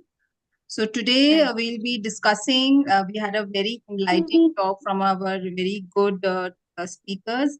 But this is a panel discussion where we are going to discuss our day-to-day workflow, the small problems which we face daily, and hope everybody of us and who are listening to us can find out some solutions and which can help to us to manage our patients in a good way. So I'll welcome my expert, Dr. Asha Jain, and our panelists, Dr. Pooja, Dr. Shreya, Dr. Priya, Dr. Shraddha, Dr. Astha, and Dr. Seema. I hope they all are there. Dr. Sushma and Shreya, they are not there. Sushma ma'am, I know. Shreya is also She not got there. some emergency, yeah, so she left. She'll join soon if possible. Okay. So let's start. So we'll start from the very first part of our infertility management. As soon as the patient comes to you in the OPD, and after a good history, I think ultrasound is the second most informative thing to have in hand. It helps in solving a case of infertility. See, infertility also is like an investigation. It is investigating a case. So we have to go step by step. So let's start from a baseline scan. So we all offer a baseline scan to our patients as soon as the patient comes to our OPD. Am I right? Yes, ma'am, absolutely. Yeah, so we have to extract a maximum information from this baseline scan because a good scan will lead to a better diagnosis and good diagnosis will lead to a better treatment. Yeah. So when you offer the scan, so what information you want from that baseline scan, let's discuss and let's hear it out from Dr. Pooja. So which day is best for the scan? Do you prefer to do that scan in a particular day or as soon as the patient comes, you ask her to do the scan irrespective of her menstrual cycle? So yes, Dr. Pooja, over to you. Yeah, thank you, ma'am, for this question. So the thing is, if the patient comes in early 45 days or day 2 or day 3, that will be the best time to scan. And if the on that day we can assess the antral follicle count, we can do the anterior compartment uterus, ovaries, and posterior compartment scans very nicely.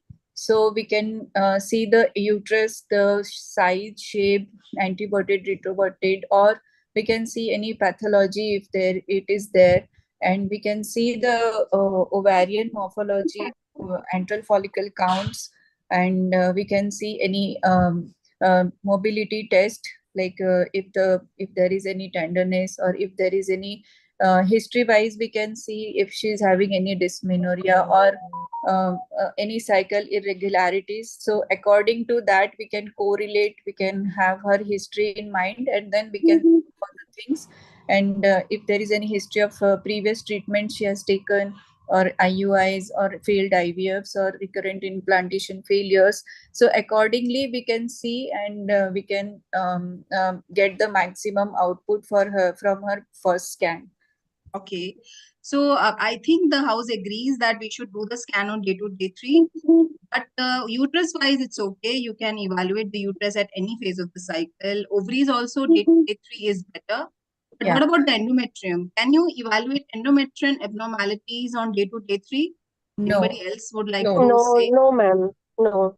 So you are left with the most important part of your IVF success, the endometrium. So you're not able to evaluate the endometrium on day 2, day 3. So which day you think is best for evaluation of endometrium? Retrieve phase will be the best. Day 10, right? Day 8 to day 10 is a better Yes, day. day 8 to day 10 is the best time. I have a little different take. Yeah. As soon as the patient reports in OPD, whether it is day 2, whether it is day 3, whether it is middle ovulatory phase or secretory phase, we usually end up doing a baseline ultrasound, transvaginal sonography, as well as on the first day, I prefer to do a transabdominal ultrasound also, just in So case. that's exactly my next topic. Are we including transabdominal scan as an investigative modality for all patients, or we are selective? So I want to send this message that we are scanning the patient for the first time. So I think all pelvic scan for infertility should include a transabdominal scan at least once. So I hope the house agrees. Yes. Yes, ma'am, absolutely. On the first day, we should always try doing an abdominal scan along with the transvaginal sonography. And if a patient reports to us in be it any day of the cycle, whether proliferative, secretory, we will be doing it. And any other thing which we has been left to still evaluate will be done at the next subsequent visit. Okay. So I'll add some points here that once a patient comes to you, you convince them a verbal consent is what to be taken, that we're going to do a transvaginal scan for the patient, explain the procedure, because nowadays patients are very sensitive. And as soon as the patient is agreed for the scan, you ask her to empty her bladder, lie her on a comfortable couch, cover her up, and go for a scan. And when you start the scan, I think we should have a look at her perineum to look for any lesions which we may miss, like clitoromegaly or a vaginal discharge. And a vaginismus can also be ruled out as a cause of infertility in this patient during the scan. So I hope these are some points which will help us to manage the patients better. So next point is we take uterine measurements in length, width, and height, and volume has to be taken. Endometrial evaluation, which madam has told very well. Antral follicle count, ovarian volume has to be measured in all patients. And antral follicle count should be assessed according to the age of the patient. That is a very important point. I see many scans done by non-infertility specialists, and they give antral follicle count as normal. But when you correlate with the age, it comes out to be less. So they don't diagnose the patient as decreased ovarian reserve when they see the patient at first. So that is very important. Antral follicle count should be evaluated according to the age. Next is 3D scan mandatory? So we'll have a discussion on that. So these are some images. This is a sagittal view and the coronal view of the uterus. We should see the uterus in both the sections. See, this is a scan which shows a uterus which is in the pelvis and a fundal pedunculated fibroid which was in the abdomen. And if we would have only done a transvaginal scan, we would have easily missed that fibroid. I have also missed many times. So having a transabdominal probe will help you to not to miss such lesions. This is how a transabdominal scan will look. Ovaries should also be taken in all 3 sections. Volume should be calculated because this is important for us to determine the further treatment. Endometrial evaluation should be done according to her menstrual phase. I think Madam Dr. Ritu has told in a very, very beautiful way. So endometrial evaluation will also help you to plan a treatment for her. If the patient is in day 14, there is a follicle ready, but endometrium is lagging, then means there is a discrepancy in her in her ovary and her endometrium, and that's how I diagnosed a case of intrauterine adhesions. So evaluation of the endometrium is very important. So at the end of the scan, you should be able to comment on all these things: the appearance, shape of the uterus, the endometrium, cavity, myometrium. Any Mullerian abnormality should be ruled out. Fibroid, adenomyosis, polyp should be detected. Adnexa, any ovarian mass or cyst should be evaluated. Tubal disease. Normally, tubes are not seen on the scan, but if they are seen, if they are disease, if there is any hydrosalpinx present, should be detected. Ovarian reserve assessment should be done. Pouch of Douglas, endometriosis, pelvic endometriosis, and any free fluid and tenderness should be evaluated. I hope I have not left anything. If anybody wants to add anything, please be free. Anything which should be added in a pelvic scan, which I have missed here?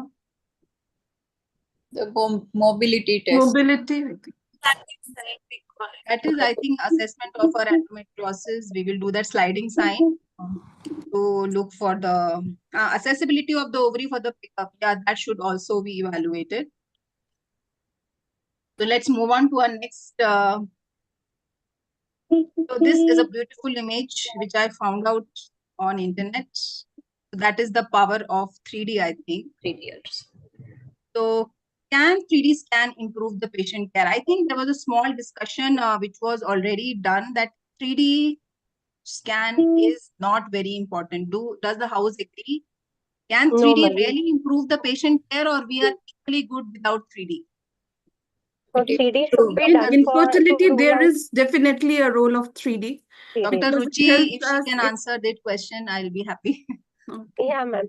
So 3D scan should be done for an infertility patient, ma'am, because it helps in ruling out many congenital anomalies like a septate uterus, bicoordinate, arcuate. We can see it very, very beautifully on a 3D scan. Also, we can look for fibroids and polyps on the 3D scan.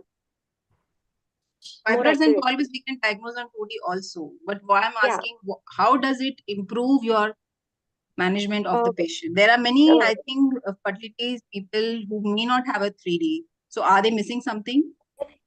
Yeah, congenital anomalies, MRI, it is better than an MRI to rule out congenital anomalies, the 3D scan. Okay. Anything else? So 3D is a luxury. You all agree?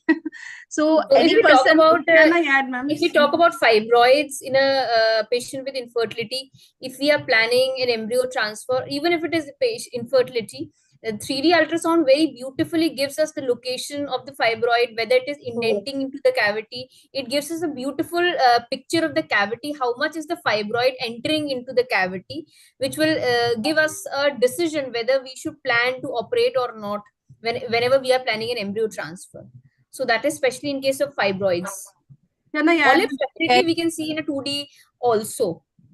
Synechia, when we talk about uterine synechias, they are not seen in a 2D scan, but 3D scan very beautifully we can see uterine synechias. Yeah. Or I think adhesions so, inside the cavity. In septate uterus also there is a role, whether that patient needs to be operated depending on the size of the septate. The small septate, which is less than 1/3 of the size of the cavity, we can wait. We might not operate, but if the septa is more than 1/3 of the cavity, then the implantation rate is very low and that needs to be operated hysteroscopically. And that is possible only with his 3D ultrasound assessment. For storage and for taking the second opinion of colleagues also, it can be a good thing. Yeah. So 3D does improve your patient care, but I would like to say before moving to 3D, you should be very, very thorough with your 2D scan. So 3D is just an extension.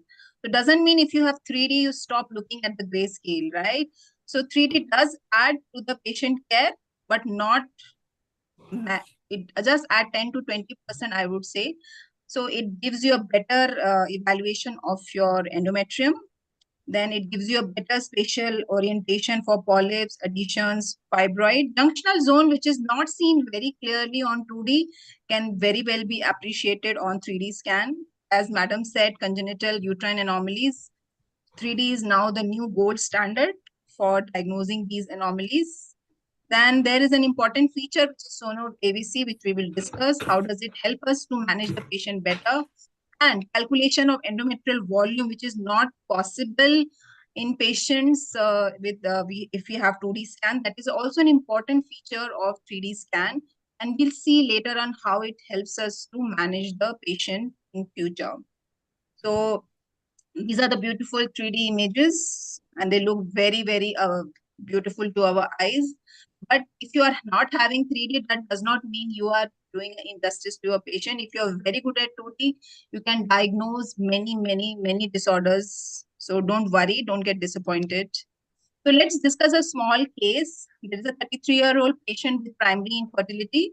She had multiple ovulation inductions, 3 IUIs. She had failed to conceive. There was a SSG done outside, which showed that cavity was normal and both tubes were patent. AMH was normal, semen analysis was normal.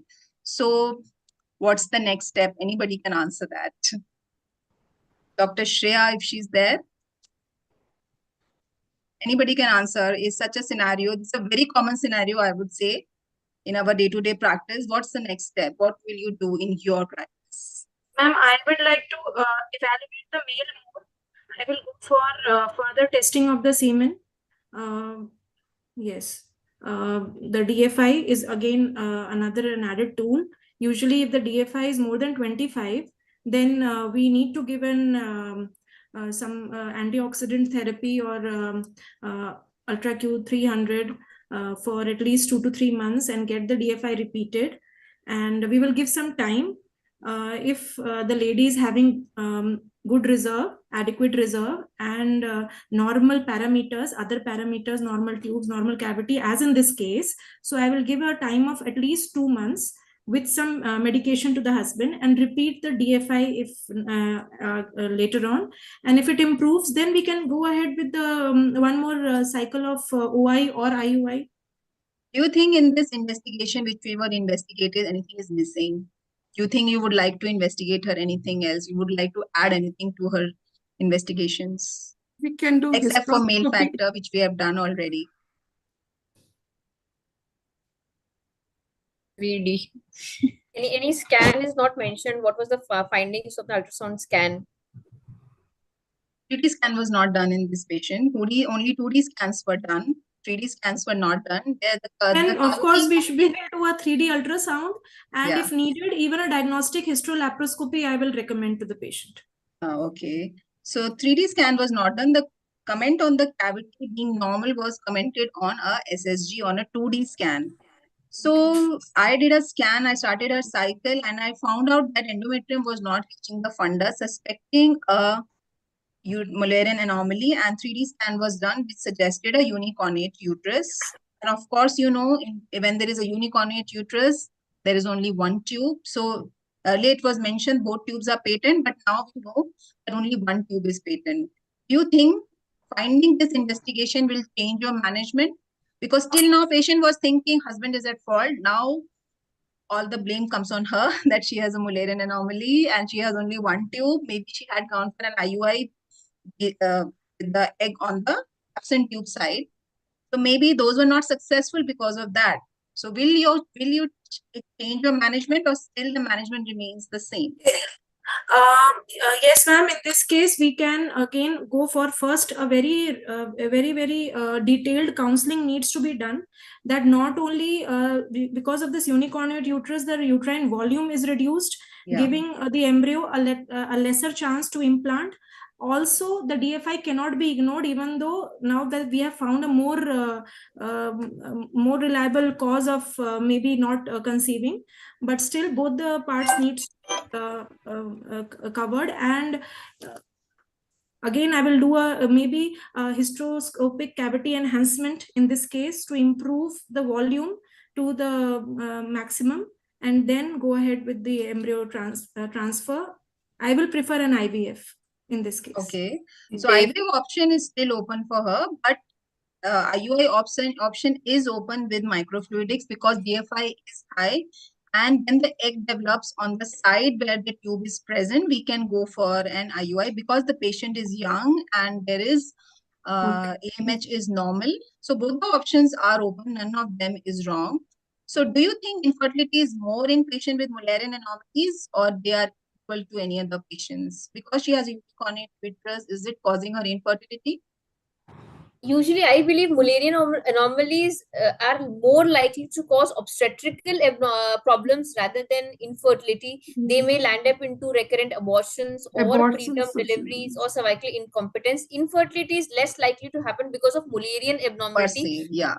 Yes. So what about Unless the there is some trimester associated factor. losses? So what for a about the uniconnuate IVF? That is uterus, more usually IVF is not recommended just because patient is having a uniconnuate uterus, because she can decently conceive through an IUI if ovulation is happening on the side of patent tube. Also, in a uniconnuate uterus, always a hysteroscopy is not recommended. If on a 3D scan the volume Because we're of not the going to cavity change is anything. sufficient, then we can definitely go ahead. So what about the IVF result? Will they be same like a patient with normal uterus, or they'll be different? Yes, definitely. Here also we have to counsel that even if she conceives, the rate of miscarriage could be higher. Ectopics also higher. Yeah, so uniconnuate uterus may have a lower birth rate, higher miscarriage, ectopic, preterm, and they have a higher incidence of associated endometriosis as well. So sometimes, I have seen reports in my clinical practice where retroverted uterus was misdiagnosed as unicornate uterus. So this is a very common retroverted uterus because of endometriosis, and often they're given as unicornate uterus. So try to avoid this mistake, and OmniView can be used. So women with unicornate uterus have lower clinical pregnancy rate with IVF compared to women with normal uterus. But I was surprised to find one study where they say the outcome of day 5 transfer was better than day 3 transfer. So if you're having a patient with unicornate uterus, try to go for a blastocyst transfer rather than a day 3 transfer. Another thing which I evaluated in this patient was uterine volume. Endometrial volume. Endometrial volume was more than 3, so I didn't plan her hysteroscopy and lateral metroplasty. In case the transfer fails, then only we can plan the hysteroscopy. Hysteroscopy as such per se has no role once he has diagnosed a Mullerian anomaly like uterine, like a unicornate uterus. So anything Also, else? I would like to add, uniconnuate uterus, these patients can be one of those patients in which single embryo transfer should be preferred rather than doing single two day 5, blastocys. yeah. So would you? Because we are doing a day 5 transfer and having a twin pregnancy will land up into a lot of complications. So Yes, we should always prefer a single embryo transfer. Single day 5 transfer. So let's move forward. Anything would like to add? So just adding a slide on a renal anomalies and others can we can assess that also. Yeah, I missed that important point. In case there's a Mullerian anomalies, the location of kidneys should be evaluated in those patients. So both the kidneys, you should know how to locate the kidneys. That's all. Not to evaluate all the parts of kidney, but at least you should know where the right and left kidney lies. And especially when there is an ectopic, you need to see the fluid in upper abdomen. You should know how to locate the kidneys. So that is important for gynecologists to know. So coming a bit, I put a slide for the interest purpose because I found this very interesting thing that how to diagnose a T-shaped uterus.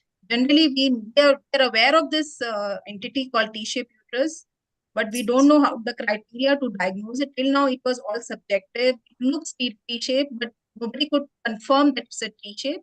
So now new criteria has come to diagnose T-shaped uterus, which can help us in our clinical practice. T-shaped uterus can be due to development defect, PS exposure, but that does not happen now. But can be due to PID additions.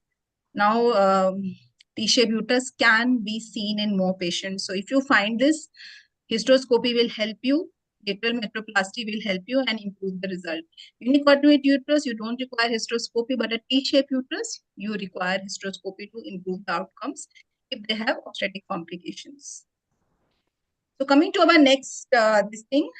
So we were discussing SSG that did not diagnose. So how reliable you think ultrasound is in for diagnosing tubal or uterine anomaly?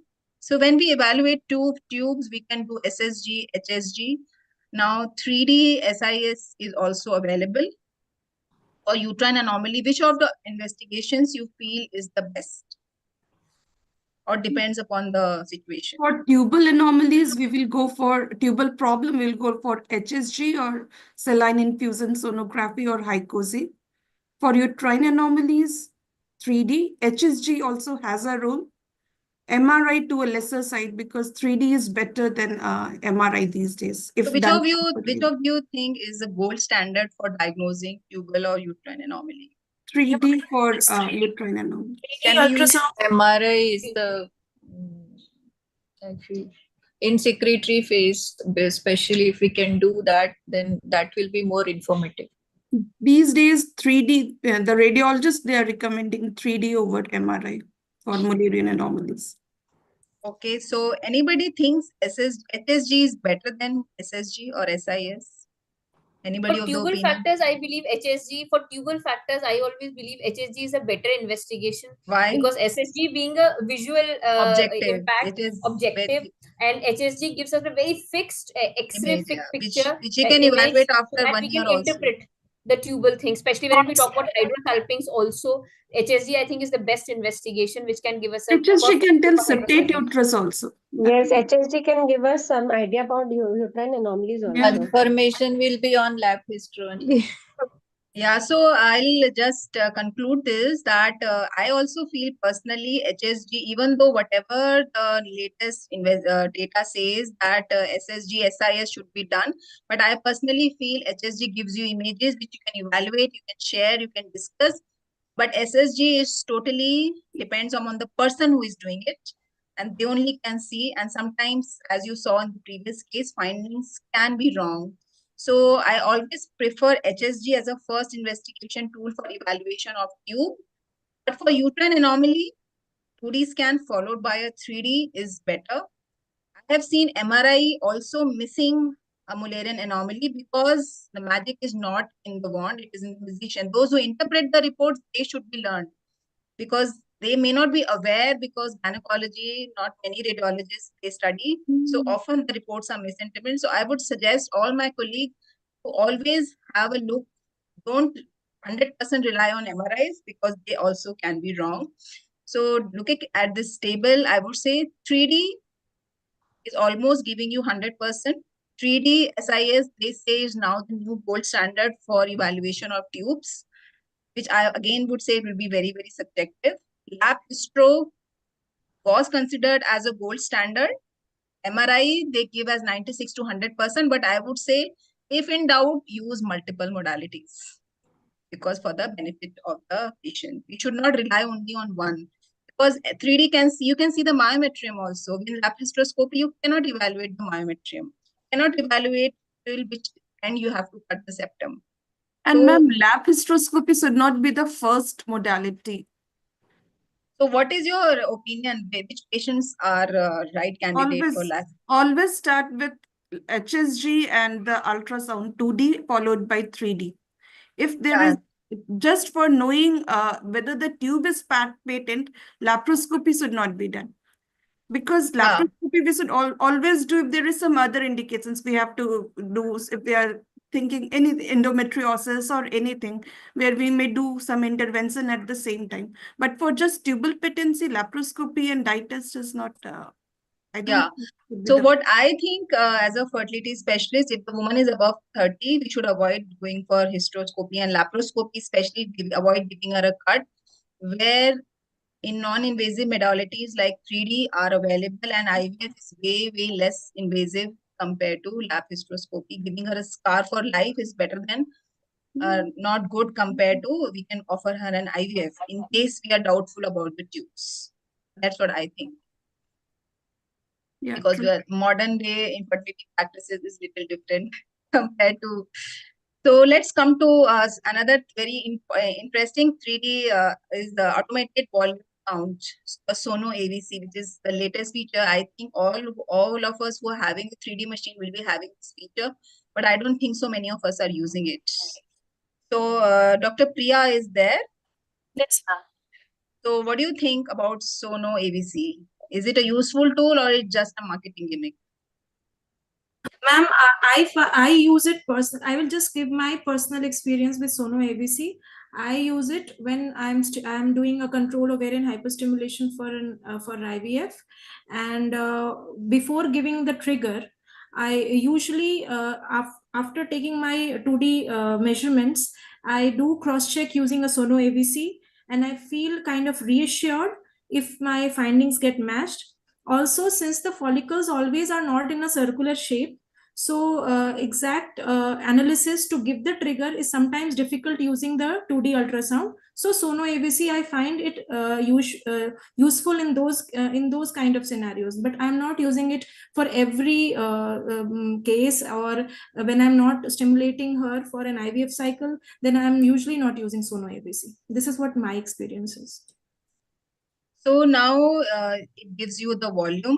It gives a diameter in different planes. Sometimes the follicle may not be spherical. So we've just waste up and measuring 3 dimensions. So Sono AVC can do it in one go.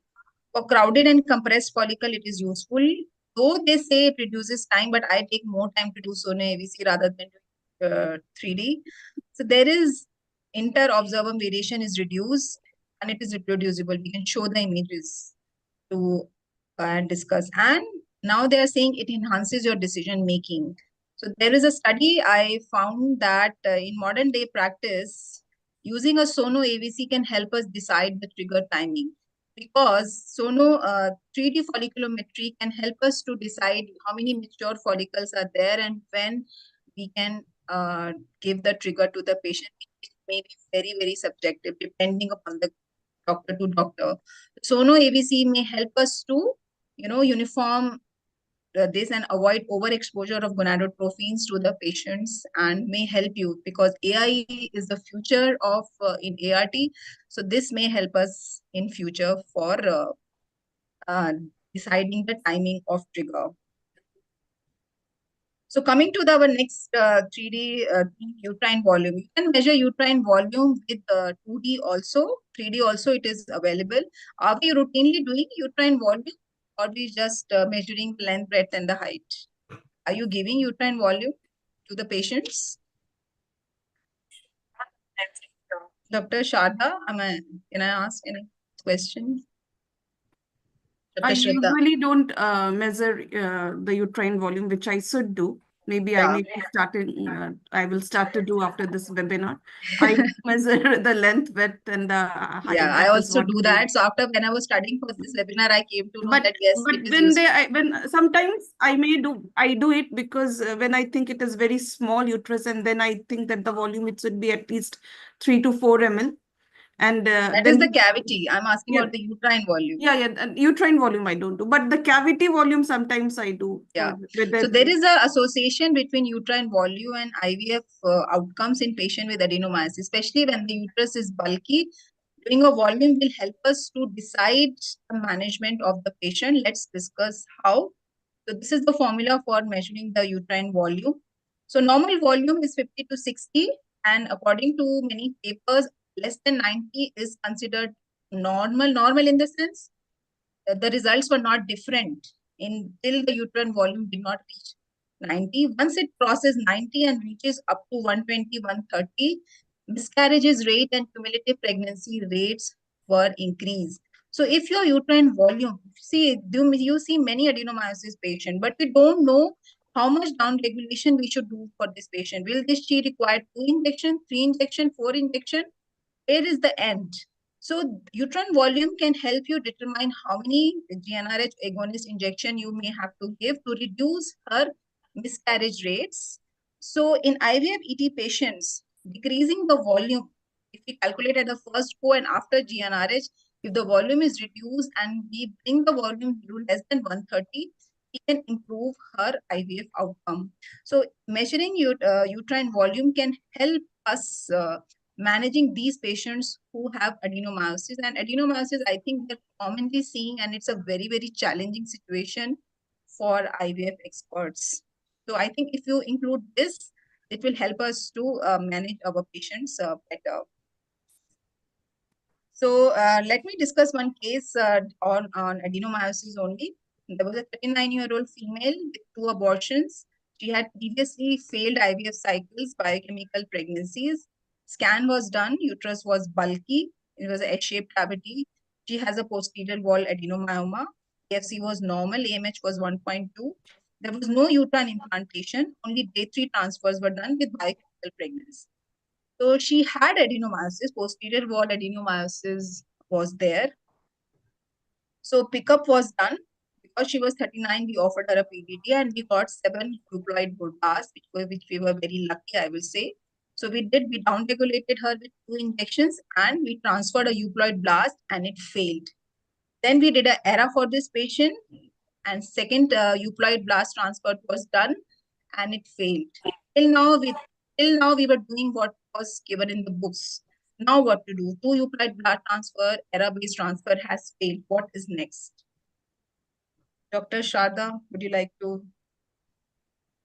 Shraddha, I'm sorry. Definitely, these are difficult patients to manage. Have we given the GnRH agonist injections? Yeah, ma'am, we have given 2 doses. It has failed. Dr. Astha, can you help us?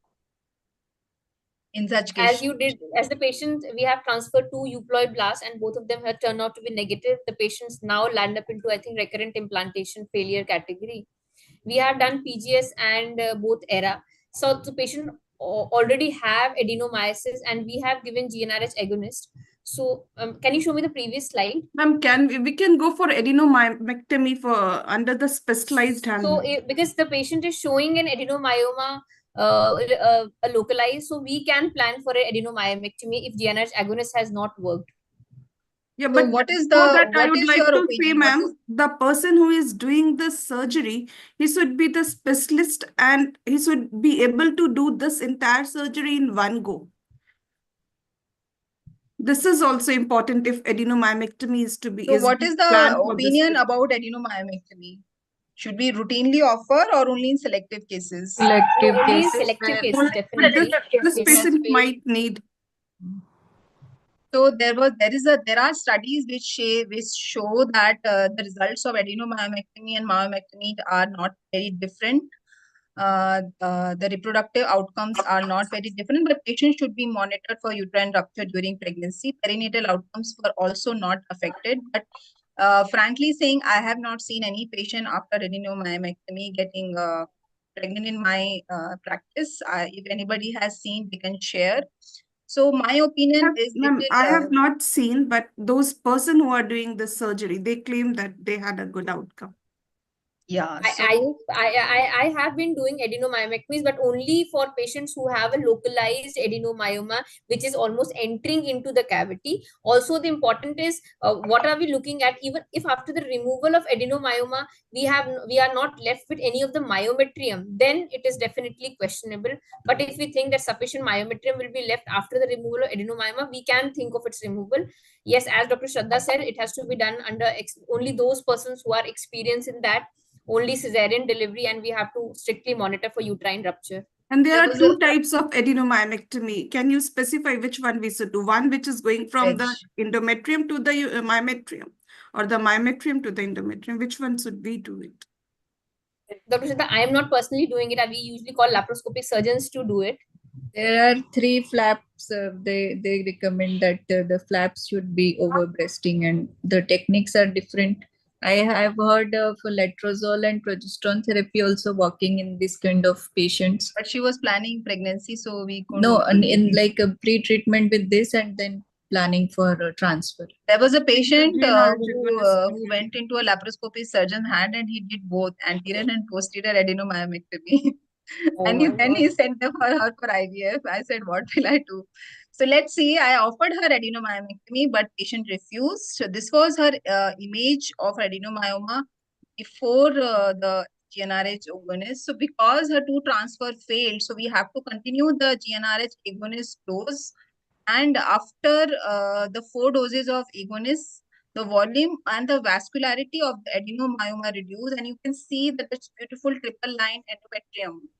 So we thought because we had ample of embryos, which we did not have always, we wanted to go for a 3rd transfer because patient refused adenomyoma surgery.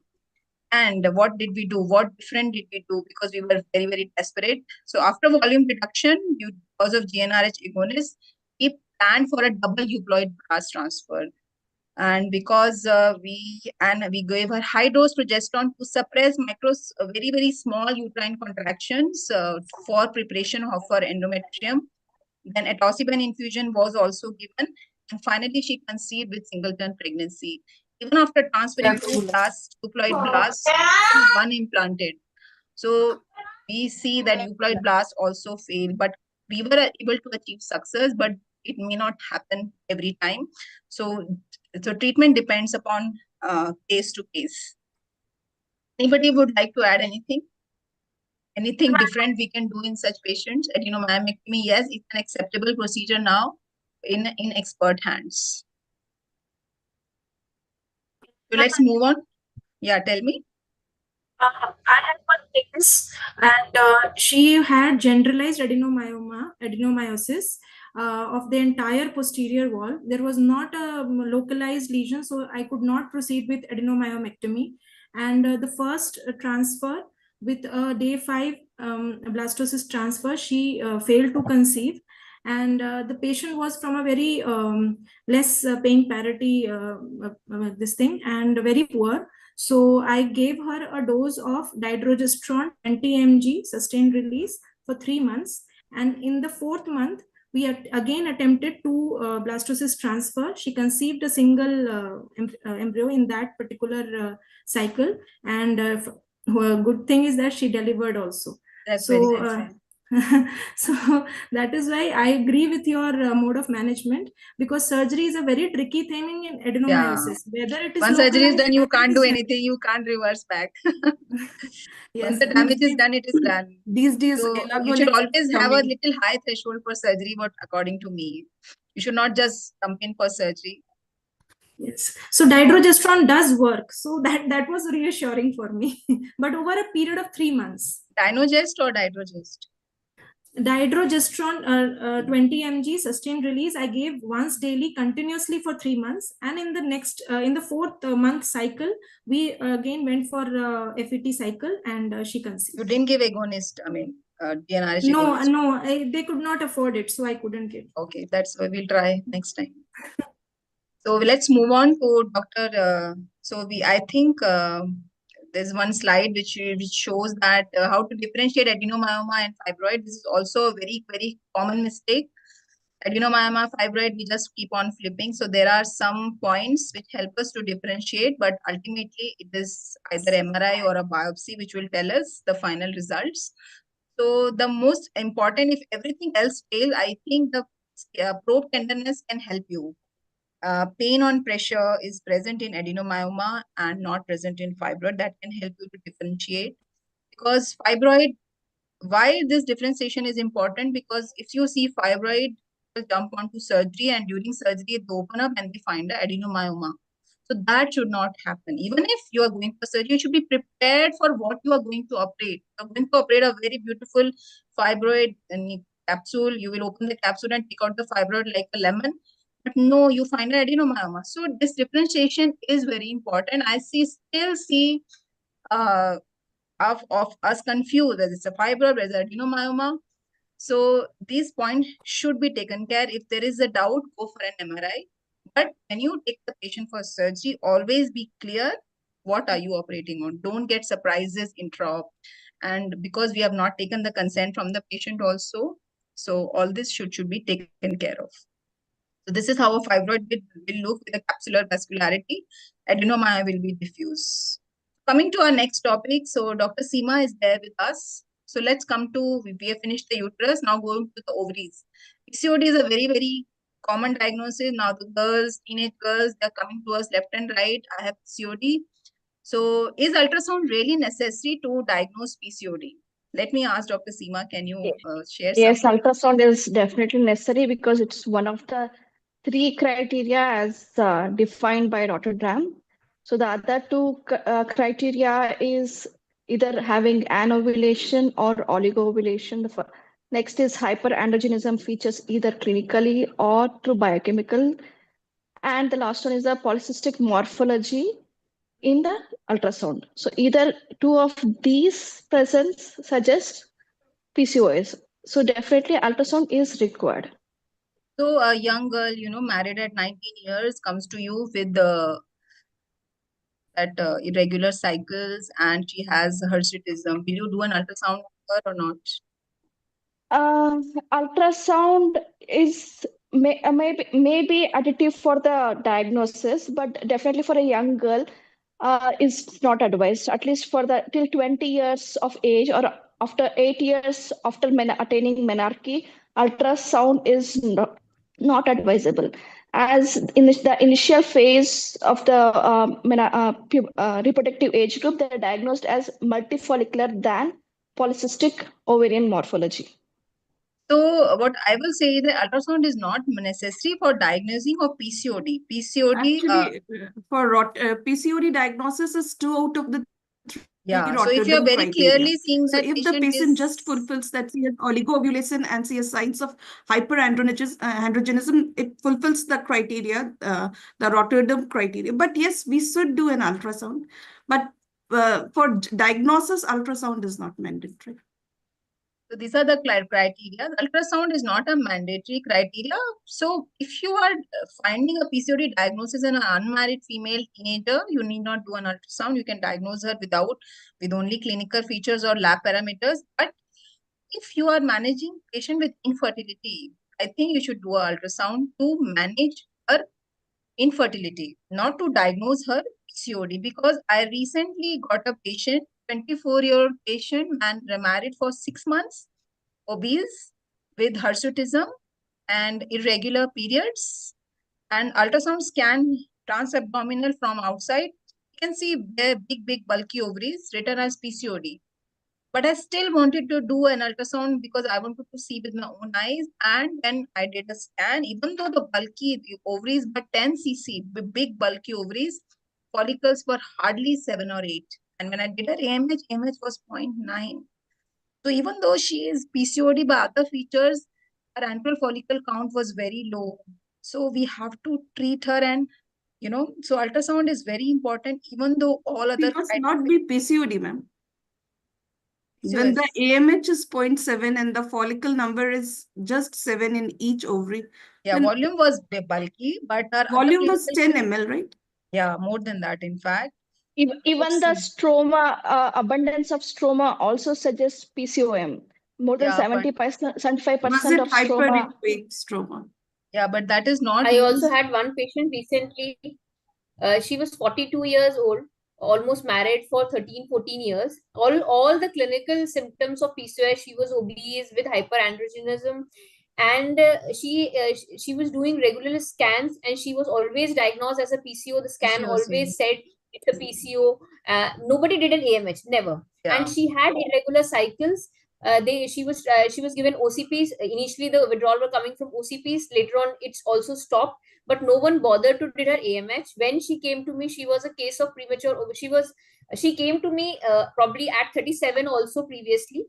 And then when I did a AMH, it was somewhere around 0.2, 0.3 with FSH very high, and she was misdiagnosed as PCO despite being a case of POI. Yeah. So diagnostic criteria for PCO morphology. See, we are talking about PCO morphology, not PCOS. Should only be done for women after 8 years of menarche. If follicular number per ovary is more than 20 in one ovary.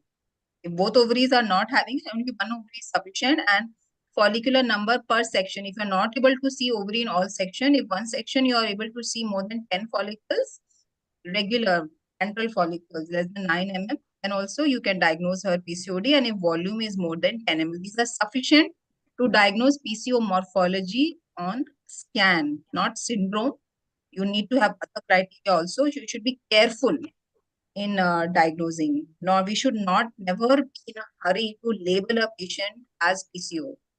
So if you're in doubt that I may be wrong, just report what you see. You can report the volume, you can report the number of follicles, because there is no need to label that she has PCOD or not. You can just leave it and allow the clinician to, in case somebody else is the clinician, to interpret the results.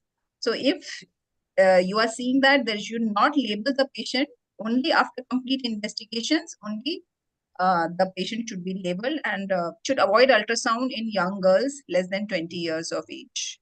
So coming to the infertility management of these patients, so we have to do a ovarian stimulation.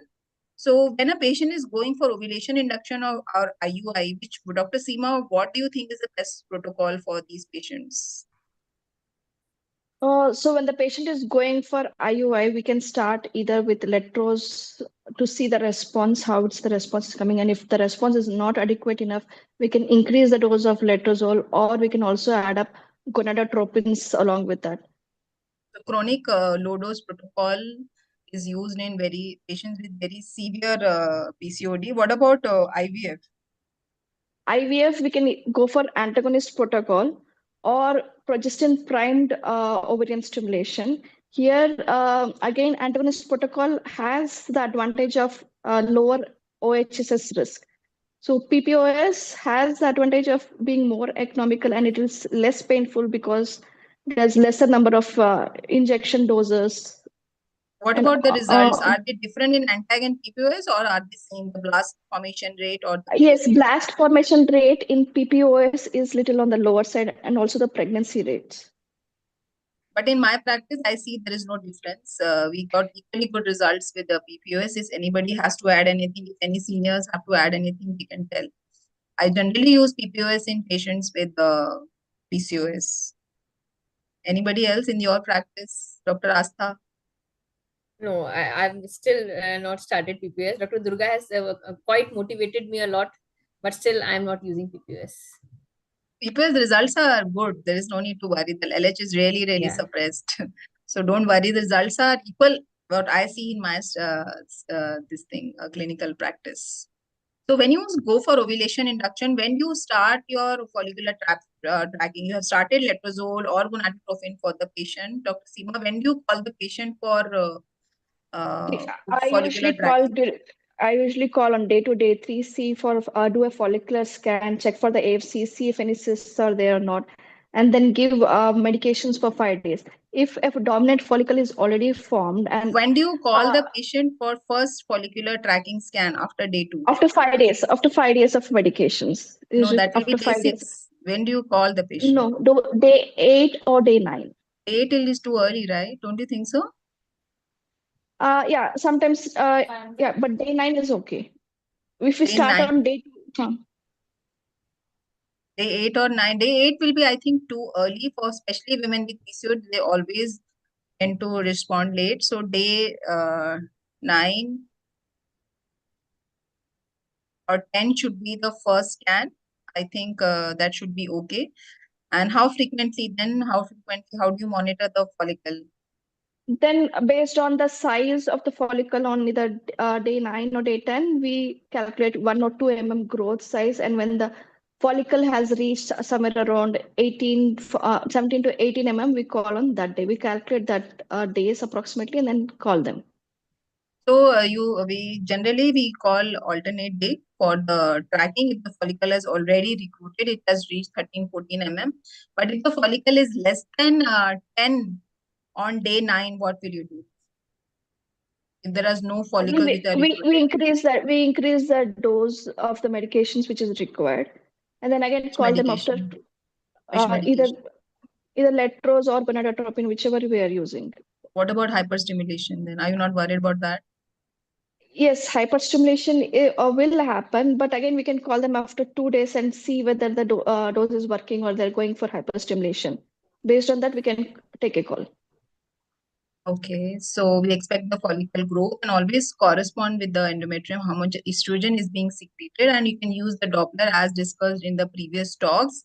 But of stimulating in in PCOD patients can be really tricky. So this can be a topic on its own, which we can discuss sometimes else. So let's move on further.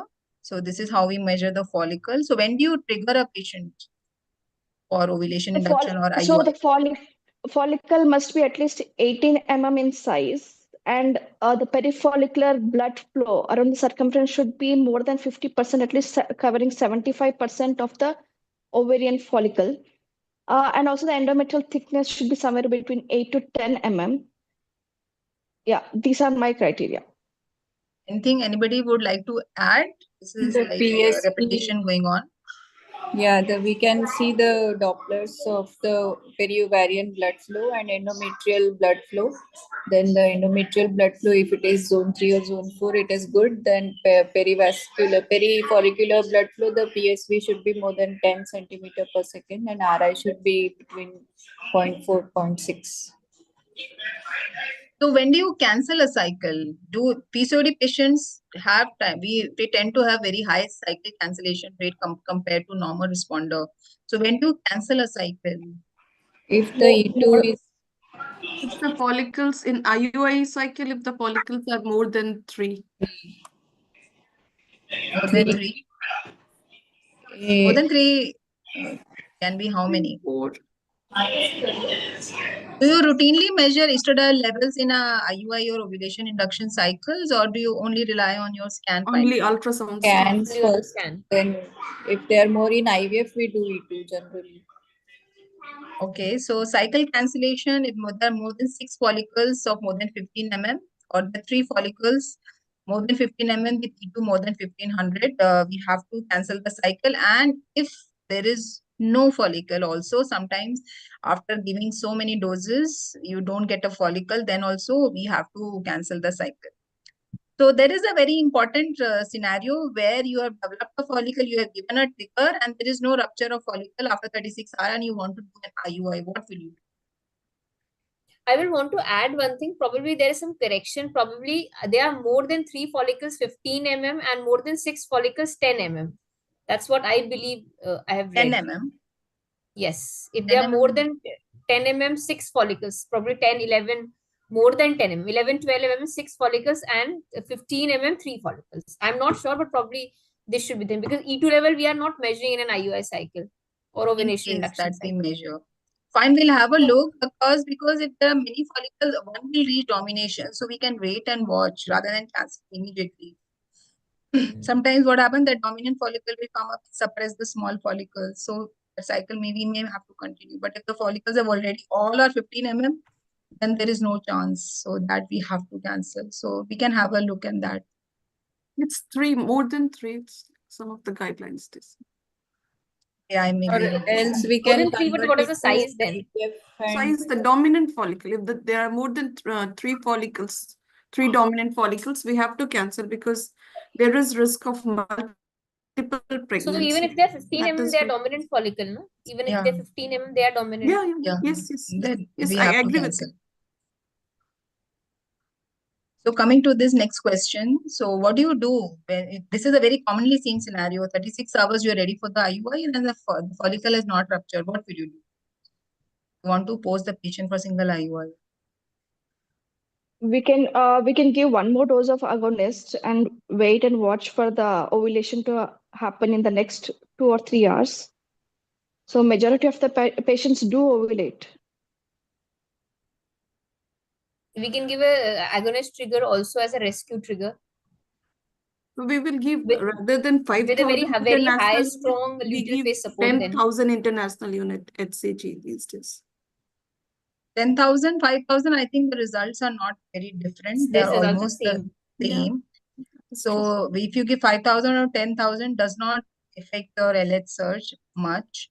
So And also I repeat think dose of HCG is also not recommended. No, Yeah, some it people is. give, but the result with that is almost nil. So this is like controversial question. If seniors are there who Repeat are dose is listening to us, working they for can me. answer us because they must have seen more Repeat patients. Because dose I have work for given me. repeated dose, but in those cycles are usually useless. Anyways, many IUI cycles are not useful. Yeah, that is true. So, but will you like to do the blood test to know what's happening, LUF or something is happening? LHP4 too, just because in previous talk they discussed that there can be a LUF, progesterone can be high. LH can increase even with LUF, so there's no point in doing LHP4. P4? P4 maybe lesser, maybe little on the lesser values, but it does increase. Okay, so there is no use. So wait and watch for how much time? Maybe for 2 to 4 hours. So you keep on doing scan every 2 hours? No. Call them, Probably call them maximum we after can dose. wait is See, 48 what I hours. do is I give a trigger injection after calling them after 40 hours. If there is no rupture of the follicle, I give them one more dose of HCG or agonist. And for me, majority of the patients, they ovulate in the next 1 or 2 hours. Okay, so we want to know your success rates also. They ovulate, but Success none of rate is them the they will same. conceive. Yeah, over mature follicles, they If don't we even have this to do trigger. it in this way. So I've read some articles. You can say you can wait up to 24 hours. Also, you can call them the next day and do the IUI if the follicle has not ruptured, if LH and P4 values have not increased. If LH P4 values are high, anyways, there is no use doing IUI. Then we can wait for 24 hours. We can call them next day, and we can measure that. We can do a Doppler and see. There was one study which showed that if PSV is more than 45 centimeter per second, the follicle will rupture within 1 or 2 hours. This you can use as a tool to know when the ovulation will happen. I didn't only. One thing I will say, actually, the timing of giving the SCG even during an IUI sometimes plays a significant role. What we do that is, since we are doing this on an OPD practice, we have seen one patient, we have advised for an SCG trigger and subsequent calling her after 36 hours, the next day. But sometimes thing is that the sister might have given it at any time, maybe after 3 or 4 hours of this thing. She might give the injection. So we just can plan that if we are giving an injection at 4 p.m., then the 35th hour will be the next day morning hours. So if we just in few of patients it has worked for me, and also I have waited. If I have called her in the morning and I have seen the follicle, it has still not ruptured, and if she's from a far off place coming from a different district to me, I ask her to wait, because usually they have an evening train. So I ask her to wait till at least 5 p.m. I do a scan and I find it ruptured. So this is a very tricky thing, but sometimes it works. So what Dr. Seema said, I would agree with her. Rather than going only for 36 hours, you can go for a 40 hours IUI also. That would also help you. That gives better results compared to 36 hours IUI. So let's move on fast because time is running. So IVF protocol, I think we all know because it's already being discussed. IVF simulation we can start, and then do you routinely do FSH, LH, E2 on day 2 for all IVF cycles, or it is if the scan is showing thin ET, no dominant follicle? What is the practice with you? No, not we are doing. You are not doing routinely? Okay, that's good. So we should Most follow of the the same. books have also come up that these tests doesn't require if the ultrasound is. But I see many senior consultants are. Yeah, they do, but newer books they are coming like this. Yeah.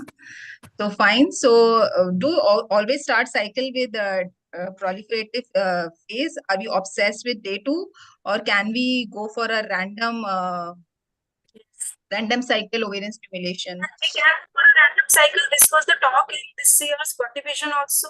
Multiple follicular recruitment waves are there in the entire cycle, so we can start random starts. So I think with new generation, we can start with this. We can go for random and not be obsessed with day 2 because they were seeing results were good even with random cycle. So monitoring response we do with ultrasound and estradiol level and monitoring of the endometrium in anti cycle. So trigger, just I wanted to say one thing, that when do you trigger in a IVF stimulation cycle? What is your trigger criteria? the size of follicle, at least 3 to 4, more than 3 follicles should be 18 mm. Okay. Nowadays, they say that 16 to 18 is the new normal for triggering. So if they get more M2s and agonist trigger, we can combine and do FET. That will also increase the chance for M2s. I More think age is uh, important. If she's on the higher side, then 16 mm is okay to give the trigger. But if the age is on the normal age, yeah. less than 35, I wait for 18. Okay. So We according to can the also recent look for guidelines, we can also look for perifollicular blood flow in the follicles. That can also be helpful in the lead follicles. Yeah. yeah, we can do that. So if the follicles have crossed 16 and she has already crossed 9 or 10 days of stimulation, we can give her the trigger, and estradiol levels are not recommended to the sole criteria for triggering. That is very so the time is already over. So shall we wind up or? Yeah, actually, ma'am, we have to go to. Yeah, we can wind up. We can carry on the session anytime. And thank But you it was so much. nice interacting with you. Yeah. Very Sure. Absolutely. Small everyone, you takeaway. kept everyone. It was a very interactive session. Questions and very Congratulations, practical. Dr. Nayak. Yeah, thank you so much. We can carry on this discussion any other time if Dr. Anuradha invites us again. It was very detailed and thorough discussion. Thank you. Enjoyed a lot, ma'am. So just Yeah, we all last 1 second, I would, if some of you are present, just one liner you can give for infertility management with scan. Anything would you like to say?